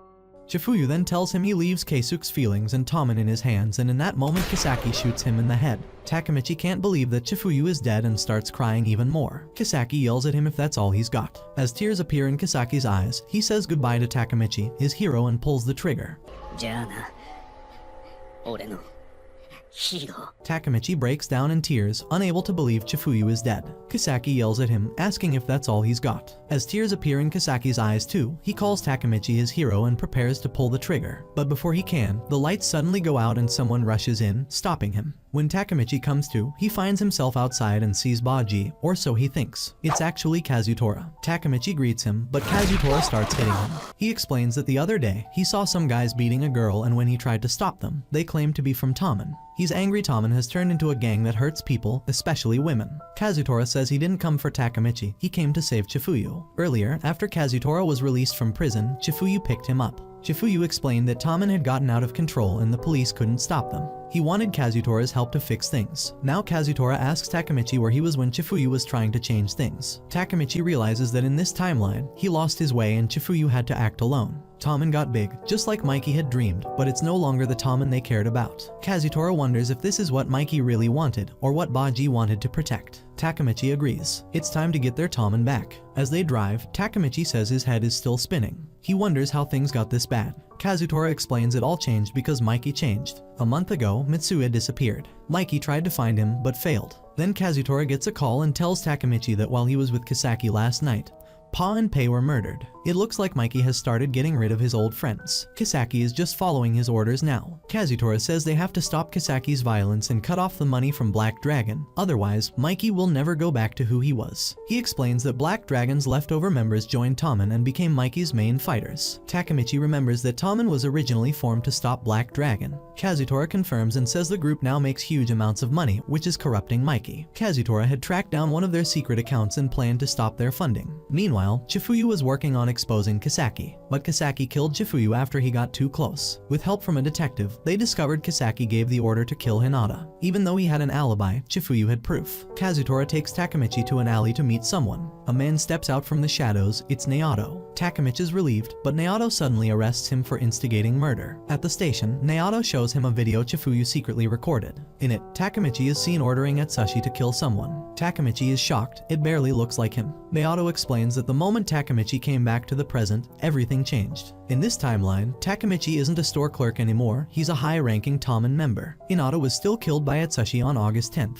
Naoto and Chifuyu were working together to take down Kisaki. Naoto plays another video where Takemichi is yelling at Atsushi to kill someone, he doesn't know who yet, but says they're a threat to Tommen. Atsushi begs for help finding his missing wife, but Takemichi just yells at him. Then there's a second clip, Takemichi smashing his office after finding out the target was Hinata. Naoto says Chifuyu hid these videos to protect him. Takemichi is devastated. This time, he's the one who caused Hinata's death. He wants to give up. But Naoto reminds him that in the original timeline, none of the others were alive. Draken, Baji, Chifuyu, Kazutora, it was Takemichi who gave them hope. Naoto says Takemichi might be the only one who can still save Hinata. Takemichi says he thought becoming 1st Division captain would be enough to change the future, but it wasn't. Naoto suggests Kisaki might have some personal obsession with both him and Hinata. Takemichi remembers Kisaki once calling him his hero. As the other officers come in, Naoto says it'll be hard to meet again. He holds out his hand and tells Takemichi the key is in his past with Kisaki. Takemichi agrees, shakes his hand, and travels back in time. He opens his eyes and finds himself at a bowling alley on a date with Hinata. He remembers being really into bowling back then and tries to show off. As he scores a strike, the guy in the next lane does too.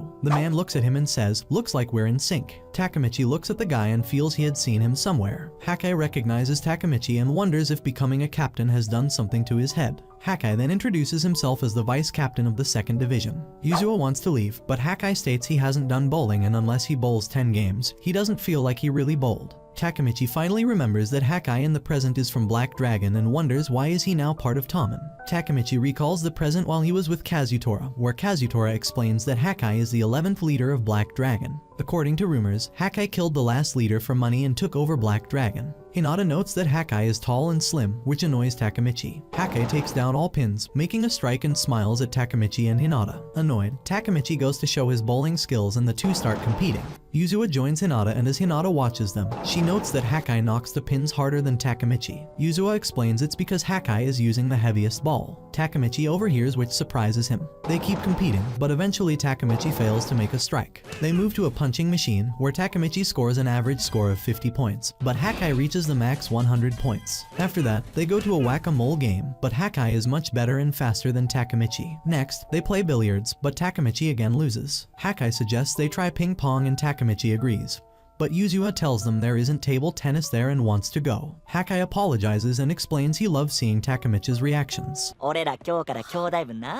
Hakai decides that they are now bros and invites him to his place. Yuzua states that since they are bros, that makes her their big sister. Takemichi is surprised to learn that Hakai and Yuzua are siblings. Yuzua tells Takemichi that he looks weak and wonders how he became captain. Oh no, he's got a point.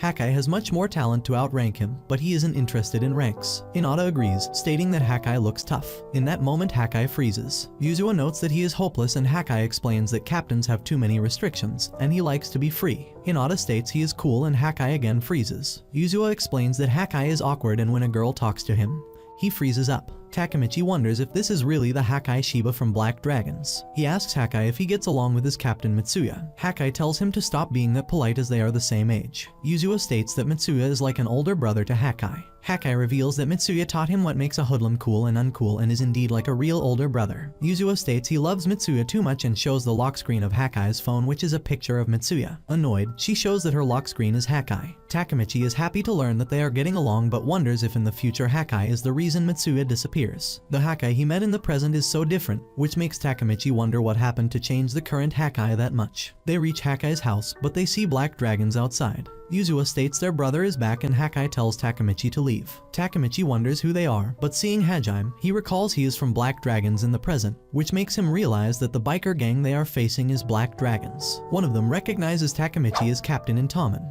which makes Hajime angry that someone from Tommen is on their turf. Hajime have heard about Takemichi and explains that their boss ordered them to kill any other gang member who steps on their turf. Seishu gives orders to get Takemichi. Yuzua tells Hinata to leave, stating that they won't go easy even on girls. Hakai tells them to stop, stating that Takemichi is his friend. Hajime states they still need to be taught a lesson and that the gang won't listen to him. Hakai tells them again not to touch them, but one of the members states they don't take orders from him and suggests they do the girls too. Hakai then punches and knocks him down, telling them to leave, which scares most of the members. Hakai apologizes to Takemichi for involving him and explains that Black Dragon's boss is Shiba, their older brother. Hakai asks where Shiba is, and Hajime explains that he went to the convenience store. Annoyed, Hakai wonders why Shiba decided to come home now as he rarely comes back. Seishu points a blade at Hakai, telling him to watch his mouth and not talk about their boss, or he will kill him. Yuzua kicks Seishu away. Hajime tells Seishu to stop as they are Shiba's siblings, but Seishu doesn't care as he swore loyalty to Shiba. Takemichi wonders what to do but decides to leave as he needs to protect Hinata above all. In that moment, Shiba returns and charges at Takemichi and knocks him down with a clothesline move.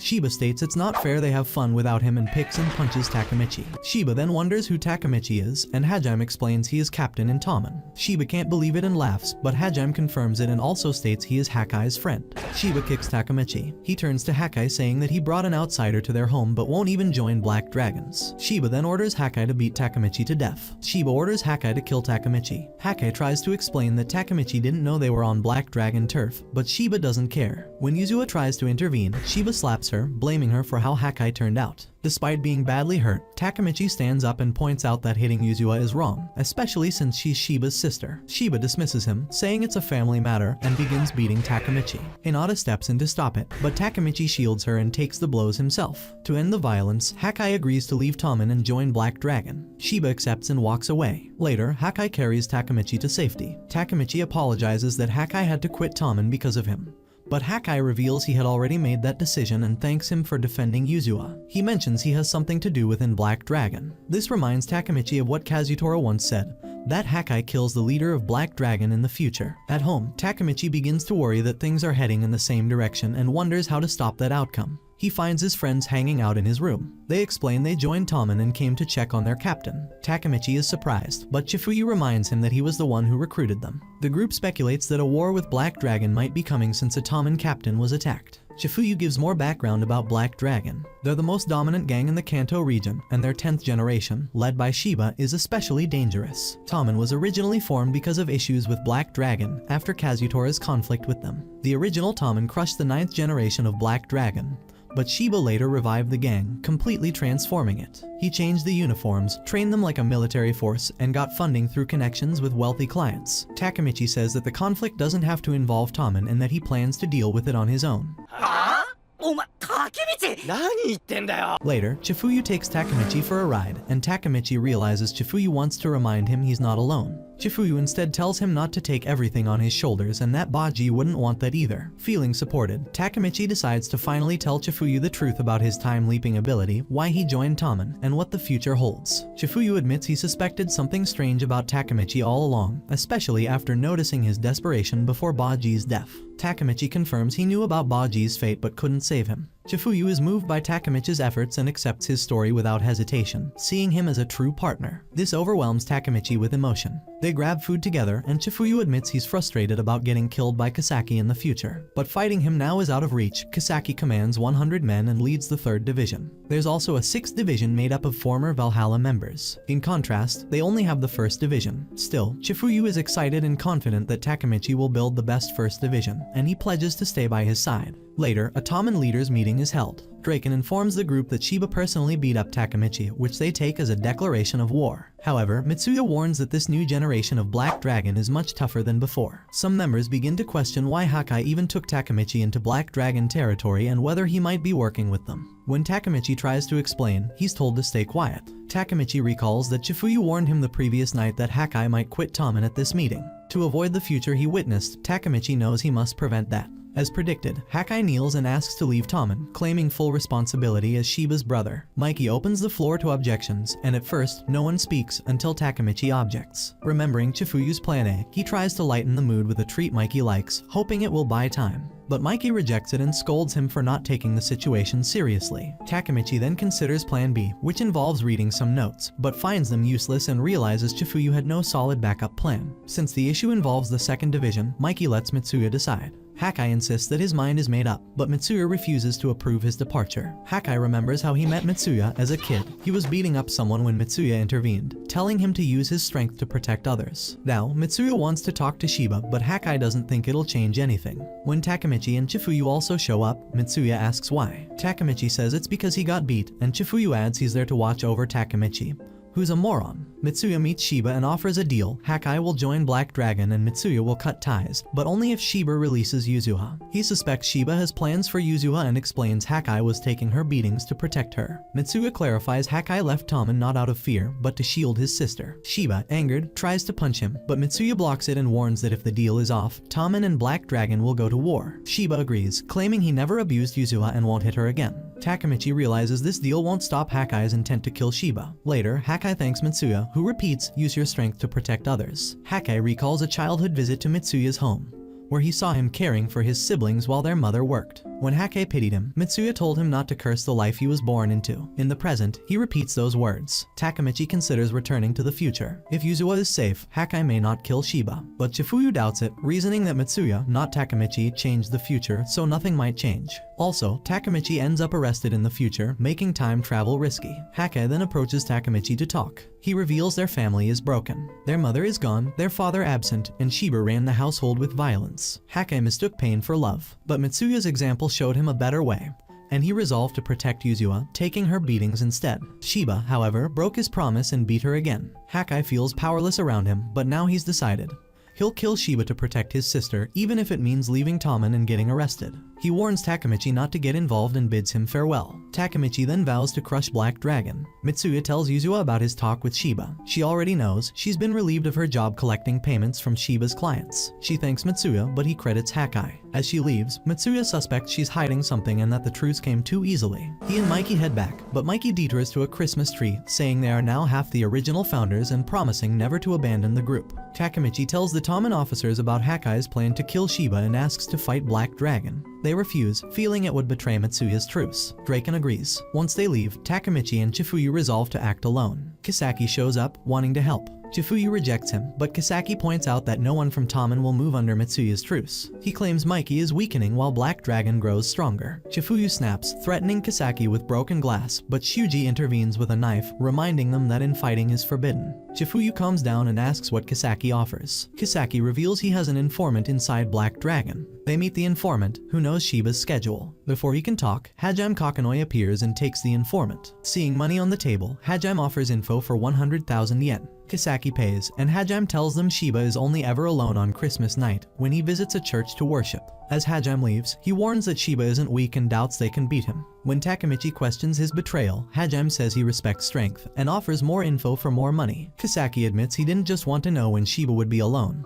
He knows Hakai will strike that night. Takemichi asks why he's helping. Kisaki simply says he wants to support his team. He declares that the four of them, Takemichi, Chifuyu, Kisaki, and Shuji, will stop Hakai and take down Shiba in a secret Christmas night battle. Kisaki doesn't believe that Mikey will last much long as Baji death is weighting him down. He wants to support Mikey, otherwise Tommen is done. They will be keeping this mission a secret from Tommen, and because of that Kisaki can't use anyone else than Takemichi and Chifuyu. Kisaki then leaves, telling Takemichi that he will be waiting for his answer tomorrow. Chifuyu is against working with Kisaki since he is the one that killed Baji and Hinata. Takemichi knows it but doesn't know what else to do. Takemichi suggests that if they work with Kisaki, they may learn something about him which may help them kick him out of Tommen. Takemichi wants to avoid the future he saw and is ready to work with Kisaki to achieve it. He asks Chifuyu to help him and Chifuyu accepts. Takemichi and Chifuyu then go and inform Kisaki that they agree to work together, but only until Christmas, and that they are only doing it to help Hakai and have no intention of becoming friends with Kisaki. The next day, Takemichi heads home, but on his way, he meets Hinata and Naoto. They walk together and sit on a bench. Hinata notes that she can hardly wait for Christmas. Takemichi then realizes he made plans with her on Christmas but also have to deal with Shiba too. Naoto decides to leave them and head home, noting that he hates wasting time. 弟の前でイチャイチャしないでほしいよな。 Takemichi finds him sounding like Kisaki and Hinata confirms. Takemichi is surprised that Hinata knows Kisaki, and she explains that they went to the same cram school while they were in elementary school. She explains that he was the smartest kid there, and since they lived close to each other, they often walked home together. After that, he went to a private middle school and Hinata didn't see him anymore. Takemichi tells her that he is now a gang member and captain in Tommen. Hinata is surprised, but states that Takemichi and Kisaki would get along. While Kisaki is awkward and blunt, he is good at heart. Hinata also reveals that the first time she met Takemichi, she was with Kisaki. Takemichi doesn't remember, and seeing that, Hinata explains that when they were in 6th grade, she and Kisaki were heading home after cram school. Hinata and Kisaki see some middle schoolers torturing a cat, and Hinata decides to stop them. Kisaki tells her she will get in trouble, but she doesn't listen. As she talks with the middle schoolers, the cat escapes and they decide to pick on her. Takemichi then comes running and dropkicks one of them. Wearing a cape, he announces he is a hero and that he won't stand for some middle schoolers ganging up on a little girl. The middle schoolers see that Takemichi is shaking and is afraid and mock him, but he still decides to fight them and gets beaten up. After that, Takemichi tells Hinata that since she is weak, she needs to think before she does stuff like this and leaves. Takemichi doesn't remember it, but believes he may have done it, since he was quite lame and came to help, but got beaten up. Hinata states he was amazing since he came to help even though he knew he would lose. Hinata reveals that on that day, she fell in love with him. Takemichi is surprised to learn that she loved him for so long. Soon Hinata leaves and reminds him that they will be meeting at Yumashita Park on Christmas Eve. Takemichi leaves quite happy and realizes he can be with Hinata on 24th, while deal with Shiba on 25th. However, Takemichi then recalls that in the future Hinata told him that he dumped her on the 24th at Yumashita Park. He starts to wonder why he would dump her but decides not to think about that. A man then approaches Takemichi, who Takemichi confuses for Naoto. The man introduces himself as Masato Takabana, Hinata and Naoto's father. The two go to a coffee shop, where Masato reveals he heard a lot about Takemichi from his wife, and that he is dating his daughter. Masato is quite busy with his job and is rarely home, and because of that Naoto hates his job. However, the other day, Naoto told him that he wants to become police officer. Masato is sure that it's due to Takemichi and is thankful to him. Masato isn't sure that Naoto may be able to handle that kind of work, but Takemichi assures him he will be a good cop. Masato is glad to learn that Takemichi is indeed as nice as he has heard. Masato then asks Takemichi for a favor. Meanwhile, Hinata returns home and asks her mother if she still loves Masato. Her mother confirms it and Hinata wishes that 10 years from now, she to say the same thing about Takemichi. After Masato leaves, Takemichi recalls his request to break up with Hinata. Masato wants Hinata to be happy, but as Takemichi is a hoodlum, he may get her involved with his stuff. On Christmas Eve, Takemichi tells Hinata that they should break up. Takemichi states he has been thinking about it for a while and that he likes someone else and no longer likes her. Hinata then attacks him and starts hitting him, saying she hates him.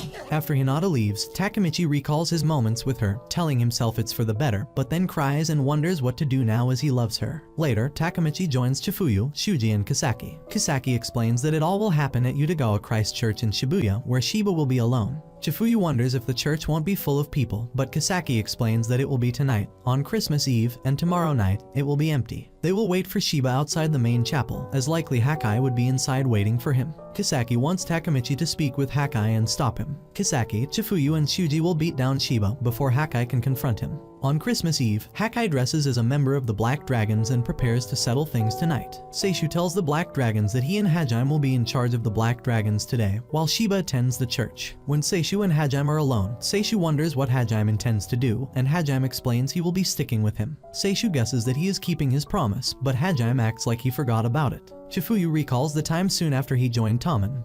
under Baji division. Some of the members were annoyed at him and called him Peach Kisser and that he is acting like being higher rank than them even though he is younger. Chifuyu then beats up the 3 guys, proving that he is better than them. Baji then arrives and seeing what happened, he beats up Chifuyu. Later, Baji tells Chifuyu not to cause trouble in the division as he is no longer on his own. Chifuyu explains he joined Tommen because he is admiring Baji and doesn't respect the rest. Baji then tells him to follow only him and stick to him. Chifuyu meets with Takemichi and explains that he lived a life of hating and hurting others, but Baji changed his life. He explains that Baji was a great man who stuck to his ideals and gives Takemichi Baji's sash, entrusting it to him. Takemichi accepts it and Chifuyu helps him tie it up. Takemichi swears that he will live true to his ideals. The two then meet up with Kisaki and Shuji and head towards the church. Reaching the church, Takemichi heads inside to stop Hakai, while leaving the other 3 outside to stop Shiba when he shows up. Inside, Takemichi sees Hakai, which surprises him and makes him wonder why Takemichi is there. Takemichi realizes that Kisaki's prediction is correct, and he indeed needs to change Hakai's mind. Takemichi explains he is there to stop him, but Hakai tells him that he didn't speak with him earlier because he wants Takemichi to stop him. He spoke with him to stiffen his resolve and do it. Takemichi doesn't believe it, stating that he shares his troubles only when he can't make up his mind, and if Hakai kills Shiba, it won't protect anyone, and it won't protect Yuzua. Hakai states that Takemichi doesn't understand and explains how badly Shiba threats him for just looking at him wrong, being in a bad mood or just forgetting to greet him. He tells Takemichi to leave as he won't change his mind. Takemichi reveals that he broke up with Hinata yesterday to protect her. He is weak, but will do anything to protect her except killing someone. No matter the situation or the alternatives, he won't do anything that will make Hinata grieve. Takemichi asks him if Yuzua would grieve if he committed murder. In that moment, Shiba enters the church. Takemichi wonders what happened with Kisaki and the others. At the same time, Shiba wonders why they are here. In that moment, Hakai pulls out a knife and runs towards Shiba. Meanwhile, Shuji had some trouble, but he finally is able to restrain Chifuyu, stating that they should stay out of the fight between brothers. As Shuji and Kisaki leave, Shuji guesses that their partnership with Takemichi is over and guesses that Kisaki planned on backstabbing them from the beginning. And if that's the case, why did he work with them? Kisaki states it was fun as they couldn't do anything. だって何にもできねえんだぜあいつら Shuji laughs, stating that Kisaki is the best and the only guy who knows how to entertain him. Shiba grabs Hakai, making him drop the knife. Shiba states that he really hoped that Hakai will try to kill him, but he is all act. If he wanted to stab him, he shouldn't have come yelling at him but come quietly from behind. Takemichi realizes that Kisaki must have betrayed them,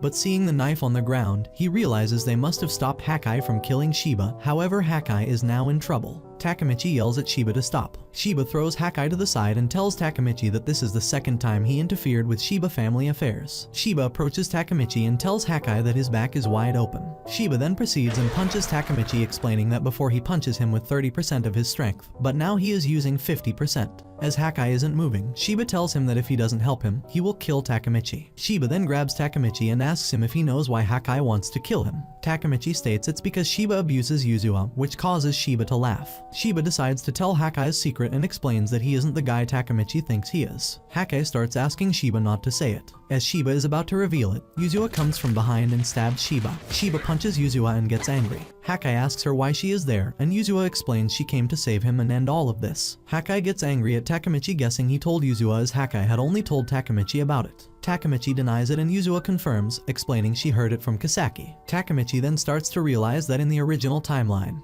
Hakai isn't the one who killed Shiba, it was Yuzua, which means Takemichi haven't prevented anything, and Shiba's wound must be fatal. Shiba congratulates Yuzua, complimenting her execution. However, he explains that thanks to Takemichi's reaction upon seeing her, gave Shiba a moment to react and move. Takemichi then sees that Shiba's wound is shallow and guesses he saved him, which means the future where Kisaki controls Hakai is avoided. Shiba is angry that his siblings tried to kill him as he slaved himself to the bone for them. Yuzua states he is wrong as he only worked for himself and didn't care about them and has been using the word family only to manipulate them. Shiba then punches Yuzua. He cries while questioning God why he puts him through such ordeal of having to kill his own sister. Shiba decides to kill Yuzua. She attacks him, but he knocks her down. Takemichi then gets in his way, telling him that he is destroying his family. He turns to Hakai, unable to understand why he isn't doing anything to protect his family. Shiba punches Takemichi, stating that they chose to kill him first. Takemichi can't understand why they chose murder, but Yuzua tells him that this is the path they chose. Takemichi then realizes that since she killed Shiba, Hakai took over, but Kisaki knew everything and manipulated Hakai into serving him and took control over Black Dragon. Takemichi then decides to beat Shiba since that will protect Yuzua and won't corrupt Hakai. Yuzua takes the knife and stands up. She tells Takemichi to stand aside and that she will protect Hakai. Mitsuya shows up and grabs the knife, saying that this isn't something used to protect someone. Mitsuya tells her to drop the knife, and after she does it, she collapses. Mitsuya then tells Takemichi to look after her. Mitsuya turns towards Shiba and tells him that he will be fighting him. Shiba is surprised and wonders about the truce and if Mitsuya is a man who breaks his own promises. Mitsuya tells him to shut up and that he doesn't care about the promise, however, he should never hit his younger sister. Meanwhile, Mikey and Draken are on the road with their bikes. Mikey wonders if they heard Mitsuya's bike before that, but Draken explains that he is the only crazy one that would go out driving in such weather and wants them to head home as it's also dangerous to drive in this weather. Mitsuya and Shiba start fighting. Mitsuya is able to withstand Shiba's punches, but his doesn't seem to have an effect on Shiba. Chifuyu also shows up and explains that Mitsuya saved him after Kisaki betrayed him and tied him up. Takemichi wonders why Mitsuya showed up and Chifuyu explains that he called him as they can't leave Kisaki out with them. Takemichi wonders about the truce, but Chifuyu explains that since Mitsuya made it, if he breaks it, everyone will be fine. Mitsuya falls on his knees and Shiba wonders if he is giving up already as he is only using 70% of his strength. Mitsuya mocks him and explains that he was just fixing his shoe. Hakai asks Mitsuya to stop since he can't beat Shiba. Chifuyu tells Hakai to shut up and watch, explaining that Mitsuya is smart and knows how things will go. He is stubborn and is doing this for Hakai as he is watching. Their fight continues for a while, but Mitsuya refuses to fall down and lose. Shiba starts to get tired and guesses it's time to end the fight. He then calls Seishu, who appears behind Mitsuya and hits him with a metal pipe in the head, knocking him down. Hajime also shows up and joins Shiba and Seishu. Takemichi and Chifuyu are angry and charge them, however, Mitsuya stands up and stops them. Mitsuya tells them that the situation is bad. Shiba is a monster and the other two would use whatever means. Mitsuya himself can no longer fight and Chifuyu is quite beat too, which only leaves Takemichi. If they lose, Yuzua will go through hell and may even get killed. Takemichi states it will all be fine, because Mikey and the rest will come, and they just need to hold until then. Mitsuya wonders if Takemichi called Mikey, but Takemichi guesses that Mitsuya called him. Mitsuya explains he came alone since this is a personal issue. Takemichi is then shocked and loses all hope. Mitsuya tells him that if he and Chifuyu can keep the other two, Mitsuya will fight Shiba. However, he can't do it alone and asks Hakai for help and protect Yuzua. He knows Hakai is afraid of Shiba and can't oppose him but has been protecting Yuzua until now. Chifuyu decides to take on Seishu and tells Takemichi to take on Hajime. The two then engage them and Takemichi grabs Hajime, intending to hold him until this is over. Shiba can't believe that Hakai is defying him, but Mitsuya keeps motivating Hakai. Mitsuya then charges at Shiba, however Hakai doesn't move. Shiba then hits Mitsuya, wondering what he was expecting from Hakai. Hajime knocks Takemichi and Seishu knocks Chifuyu, noting that he wanted to fight Chifuyu when he was in better shape. Hakai gets angry and takes the knife. He rushes at Shiba, but Takemichi stops him and grabs the knife, telling him that if he does it, he will become a hopeless scum. Hakai drops the knife and Takemichi tells him that he will show him what it means to fight back. Takemichi goes to Shiba, who asks him if he still hasn't learned his lesson. Takemichi states that it is his only redeeming quality. He attempts to punch Shiba, however, Shiba easily punches him. Takemichi goes back at Shiba, who proceeds to keep beating up Takemichi. Shiba wonders how many times he needs to punch him until he is satisfied. Takemichi, who is all bloody and barely standing, states he won't lose. Hakai wonders why he keeps trying when he is so weak and tells him to just stop. Chifuyu also tells Takemichi to stop as they have lost. Takemichi takes out the clover necklace he got from Hinata and asks her to give him courage. Takemichi states he will defeat Shiba and take over the Black Dragon. Takemichi tries to attack Shiba but ends up punched by him. He proceeds rushing at him and trying but only gets beat up by Shiba. Hakai tells him to stop as he can't change anything. Takemichi recalls how he used to be alone and tells Hakai that he is wrong.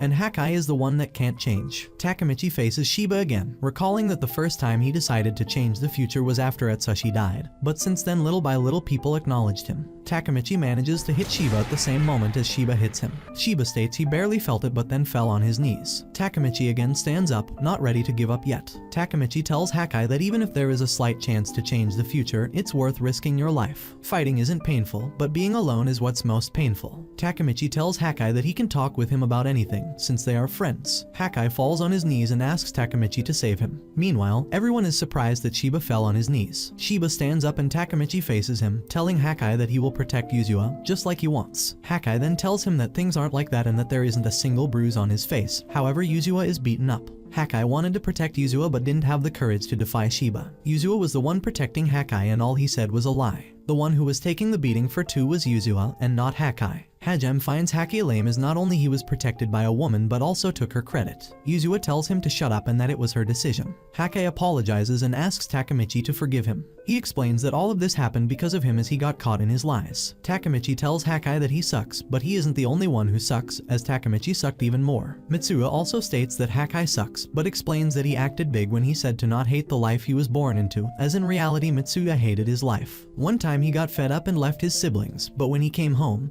his mother slapped him. However, after that she gave him a hug and cried while apologizing for their situation. Mitsuya states that everyone is weak, but this is why people have friends. Takemichi states they won't abandon him for lying. Hake takes off his black dragon jacket and thanks everyone. Hake faces Shiba and tells him he won't be wearing the black dragon uniform ever again. Shiba states that he is the one that protected their family and he shouldn't defy him. Hake then punches Shiba, stating that he will protect his family and friends, and beat up Shiba. Chifuyu notices that he didn't say kill, but beat, and tell Takemichi that the future will change. Hake and Shiba exchange some blows. Eventually Shiba gets angry that God is testing him again and takes Hake down with a single punch, wondering why he must kill two of his family members. After beating Hake, he turns to Takemichi and the rest and tells them that they won't be getting out of here alive as his soldiers have surrounded the church. Chifuyu looks out of the window and confirms that there are hundreds of Black Dragon members outside. Takemichi states he never intended to run away and unless they beat Shiba, the future won't change. Mitsuya states that he is a failure as an older brother as his expectations for Hake made him suffer. He thanks Yuzua for protecting him on her own and tells her that he respects her and tells her it's their turn to protect her. Yuzua recalls a day when her mother was in the hospital and asked her if she liked her father. Yuzua explained that she doesn't know as her father is never home and almost never talks to him. Her mother apologizes and hugs Yuzua, telling her that she will protect her. Yuzua tells her to not worry about it and focus on getting better. However, no longer after that, her mother dies. Sometime after that at her grave, Yuzua tells her that Hake started going to school, and that she will protect the family and hopes one day she will hug her again. Not long after their mother's death, Shiba started beating Yuzua and Hake every day. One day, Shiba was angry with someone leaving the toilet seat up. Yuzua states it was she who did it, but Shiba knew she was lying as only boys lift up the seat. Shiba took Hake to beat him up, but Yuzua asked him to beat her instead of him. Shiba then decided that she would be taking the beatings for the two of them. Mitsuya and Chifuyu take on Seishu and Hajime, while Takemichi takes on Shiba. Hake wakes up and joins Takemichi. As the two fight Shiba, Yuzua feels her mother's hug who tells her that she isn't alone. However, the beaten up Mitsuya and Chifuyu can't proceed fighting for much longer. Takemichi also passes out. Shiba tells Hake that he is a fool and has lost everything. However, Hake tells him to get lost and hopes he learns his lesson in hell. That angers Shiba and he and Hake continue fighting, but Shiba has the upper hand. Everyone then hears a motorbike engine. Mitsuya recognizes it as Mikey's bike. Mikey then parks his bike and heads towards the church. Takemichi wonders who called Mikey, but states that with him, they are saved. Mitsuya isn't so sure as they are the ones who broke the truce and isn't sure what will Mikey think of that. Mikey enters the church, wishing everyone Merry Christmas and wonders what they all are doing on this day. Merry Christmas, Black Dragon. Mikey then sees the Black Dragon members. Mitsuya states it's all his fault as he broke the truce and they are fighting Black Dragon. Mikey then states that his brother noticed the sound of Mitsuya's bike and later Baji states that only Mitsuya's bike purrs so sweetly. Mikey states that his brother and Baji led him here, causing Mitsuya to wonder what he is talking about. Mikey asks Shiba why he is interfering as he just wants to ride with his guys again. And if Mitsuya dies, it will just make his brother and Baji sad. Takemichi then recalls Kasaki's words that Mikey is weak right now and that he won't last much longer. He also recalls Kazutora stating that Mikey had changed and doesn't trust his friends anymore. In an instant, Shiba then punches and knocks down Mikey. That sight shocks everyone. Shiba then laughs that he beat the invincible Mikey. Mitsuya runs towards Shiba but stops as he sees Mikey standing up, stating that the prayer time is over. Seishu advises Mikey not to fight Shiba as he is no match for him. Seishu recalls that after he was released from South Kanto Reformed School, the 9th generation of Black Dragon had already ended. Hajime waits for him and explains that Tokyo Manji Gang crushed the Black Dragon. Seishu wants to revive the Black Dragon, but Hajime tells him that those who told him to lead the next generation are already gone and things have changed. Seishu still doesn't care and intends to still revive Black Dragon even if he is doing it alone. Hajime then tells him that there is a beast at his school and with his strength he may be able to revive the gang. Seishu gets annoyed hearing that with this guy he may be able to and guesses that if he is able to beat him, then he already has the power to revive them. Hajime brings Seishu to Shiba, who intends to beat him and not recruit him. Seishu challenges Shiba, having never lost before. But as he faces Shiba, he faces his first defeat as Shiba is far stronger. Seishu recognizes Shiba as the boss. Shiba agrees to rebuild Black Dragon, and in return, he makes Hajime also serve him. Shiba then produced the money to make new Black Dragon uniforms. Shiba states he punched Mikey with all his strength but guesses one punch wasn't enough for him. Takemichi doesn't believe that Mikey has a chance and guesses he still hasn't overcome the loss of the people who were precious to him. Mikey then states that the punch from Shiba was his punishment for himself. In an instant, Mikey jumps and then kicks Shiba, taking him down. 一発もらったのは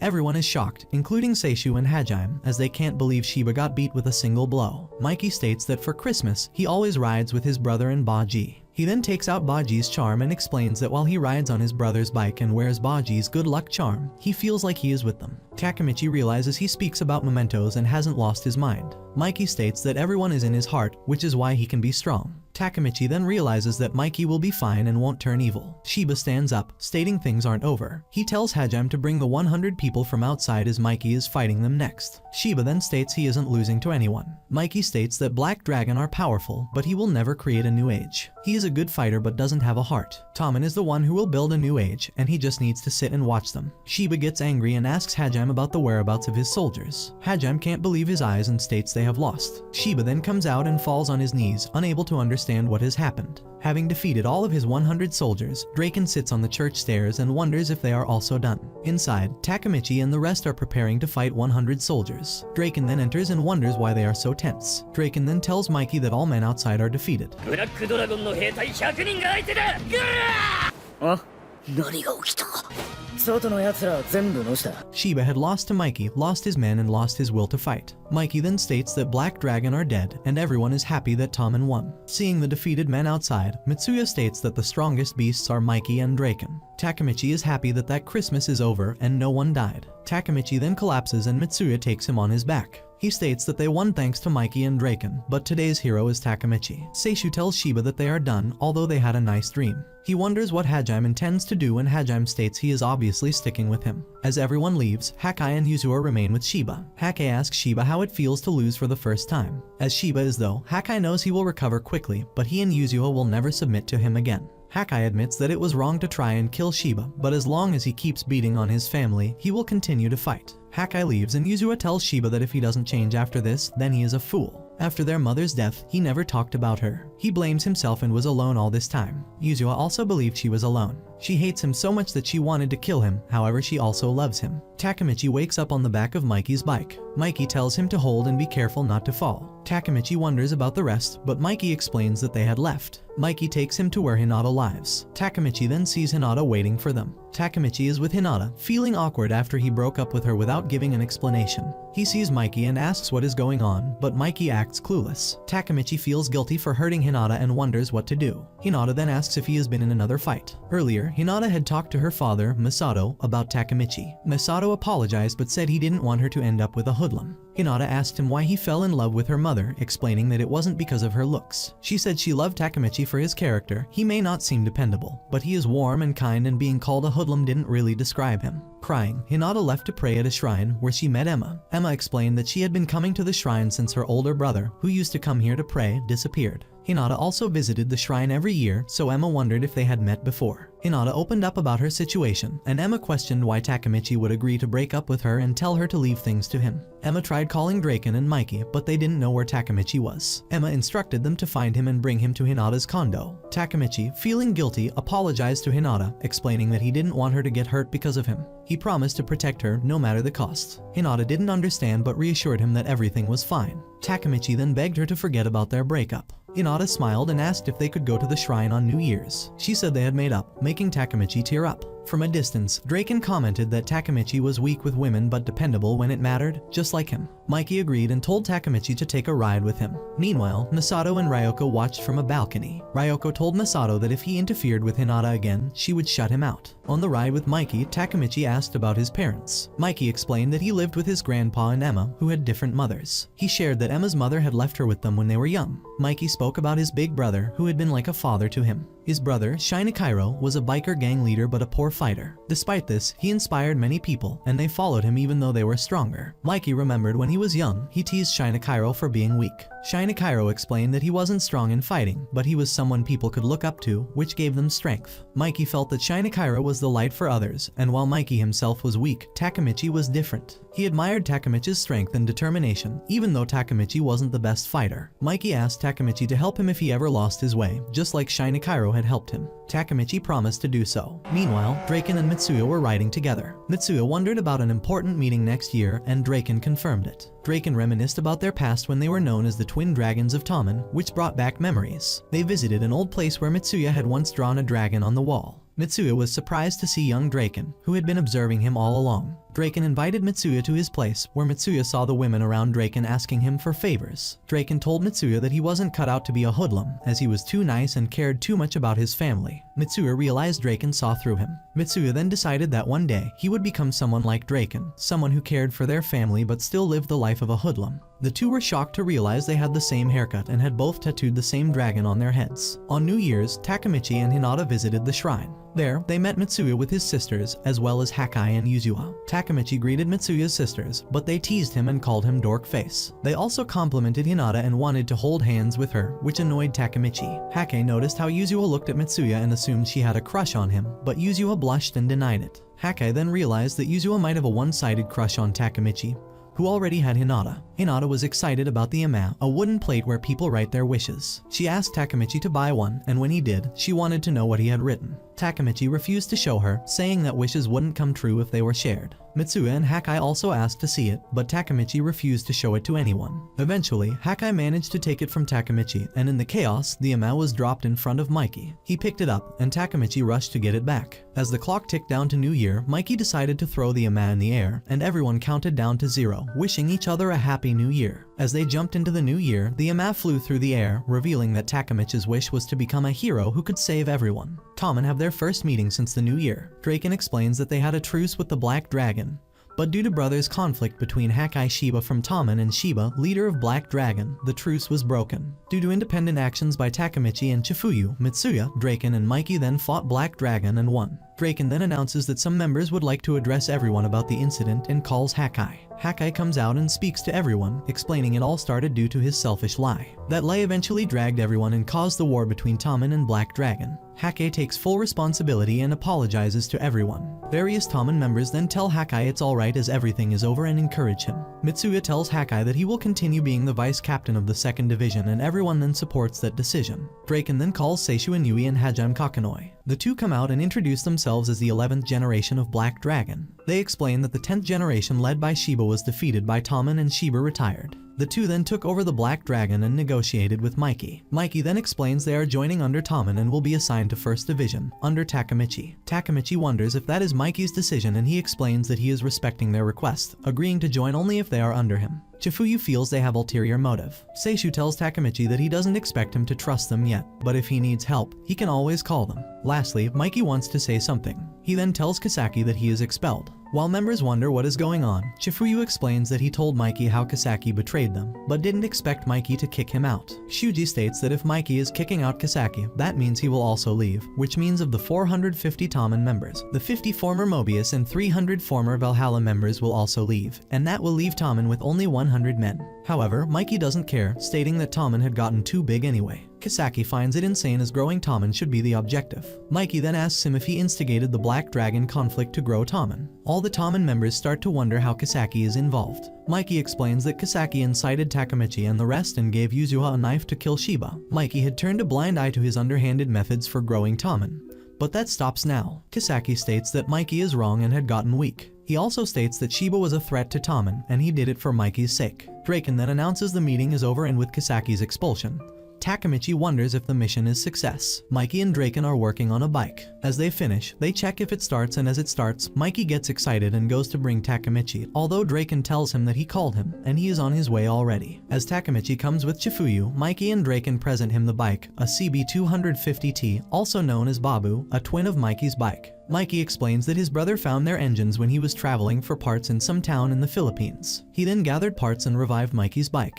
As he didn't do anything with the other one, Draken and Mikey had gathered parts and repaired it themselves. Mikey then tells Takemichi that the bike is now his. Takemichi is surprised, but Draken explains that it doesn't look good the captain of Division 1 to not have a bike. Takemichi feels it's too important a bike, but Mikey states it's better than keeping it for display. Chifuyu gets excited for Takemichi and tells him to ride it. Takemichi then gets on the bike and Mikey gets behind, telling him that he will teach him how to drive and to drive around the block. The two go around while Mikey keeps telling Takemichi to switch gears, but Takemichi ends up using the brake each time. As Takemichi finally starts to get the hang of it and they ride smoothly, Mikey explains that his brother felt it was destiny when he found the engines. He felt like they were calling him. Mikey wishes that he visits that place one day and Takemichi states they should, so the two end up promising to do it. Later, Takemichi is with Chifuyu. Chifuyu wonders what happens next as no one died and Kisaki is out of the gang. He guesses that Takemichi will be going back to the future and Takemichi confirms. Takemichi thanks him, stating he wouldn't have done it without him and that Chifuyu is the best friend he ever had.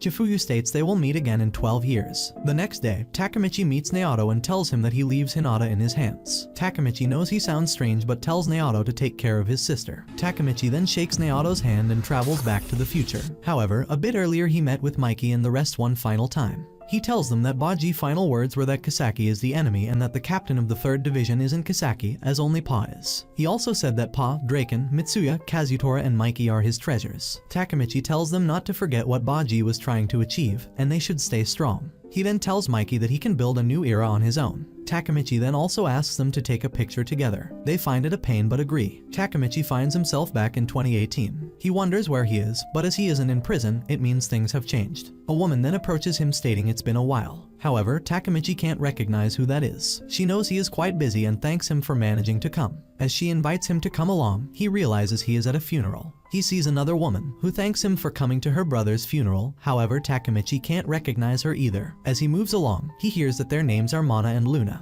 He then realizes he is at Mitsuya's funeral and rushes inside, where he sees it's indeed Mitsuya's funeral. Takemichi returns to the present, where Mitsuya had died, and he was on his funeral. He searched online and found that Mitsuya was found strangled. He also finds that Hinata still died in a car accident. He runs unable to believe that nothing had changed and wonders where Naoto and Chifuyu are. He sees he has a key, which he recognizes as the one he had for his rundown apartment he lived in. Going there, he realizes he must live there and not in some fancy apartment. He sees the photo of the gang he took before he returned to the present. Naoto then shows up, guessing that Takemichi must have returned as his memories got overwritten. Takemichi wonders what happened and Naoto tells him that from all the travels he did, this timeline turned out the worst. Naoto reveals that not only Hinata died, but all of Tokyo Manji gang members have been murdered too. Naoto explains that Chifuyu was shot and killed. Hake was burned to death. Mitsuya strangled to death. Draken stabbed to death. Kazutora, Haruki and the rest has also been killed, including Kisaki. They haven't caught the suspect or have any leads. Takemichi wonders if Mikey was also killed.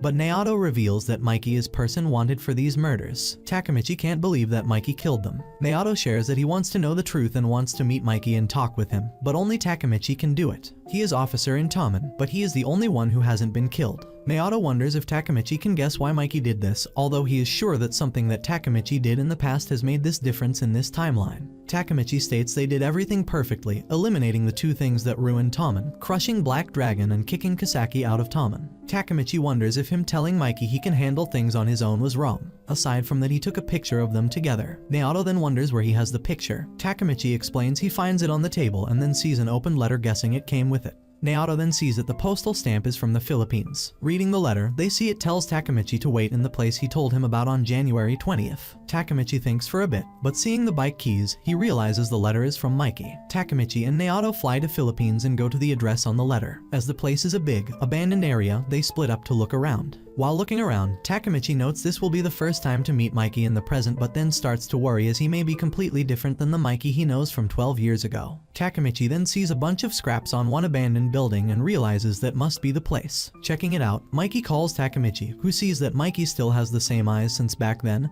and cries with joy to find him. Mikey explains that he called him here because he has a favor to ask. When he is here and thinking of his brother, Mikey recalls his past and how he fought with lots of guys and made friends. Takemichi is sure that Mikey has not changed and is still the Mikey he knew. Mikey then states that Tommen changed and wonders why Takemichi left Tommen. Mikey wanted Takemichi to stay by his side and scold him like his brother did.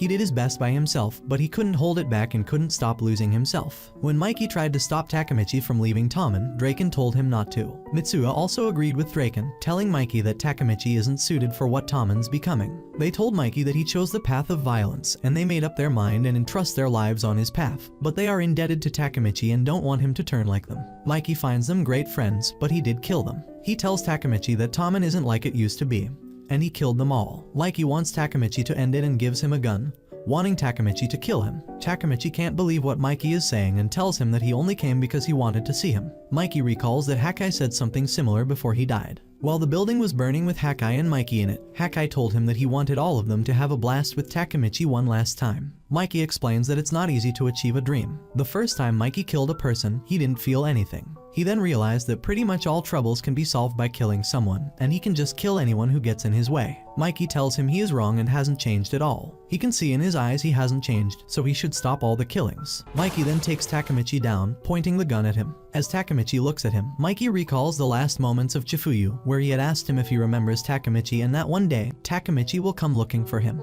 And when he does, Takemichi will be the same as he used to be, like he traveled through time. He should look at Takemichi's eyes as if they never lie. Before shooting him, Chifuyu told Mikey to trust Takemichi. Mikey tears up and tells Takemichi to pick up the gun as if he doesn't kill Mikey, Mikey will kill him. Takemichi doesn't reach out for the gun. Mikey then prepares to pull the trigger, saying that they can't return to the past. However, just before he pulls him, he gets shot by Naoto. Takemichi grabs Mikey, crying and yelling his name. Naoto sees that Mikey's gun had the safety on, and he wouldn't have shot Takemichi. Still barely alive, Mikey guesses that it's Naoto and thanks him as he doubts Takemichi would have done it. Mikey is glad that everyone is over as his life was only suffering. Takemichi reveals that he can travel back in time and will do whatever it takes to make sure this isn't their future. Mikey thanks Takemichi for trying to comfort him, even if it's just a lie. As Mikey dies, he tells Takemichi that his hand is warm. 2006, on a rainy day, Chifuyu heads towards Takemichi's place. He ends up seeing him beating a swing tire and makes fun of him. Takemichi feels a bit embarrassed, but states he has no time for it as he needs to get stronger and be able to change the future. Chifuyu then realizes this is Takemichi from the future. Takemichi then tells him about the future and how Mikey killed them all.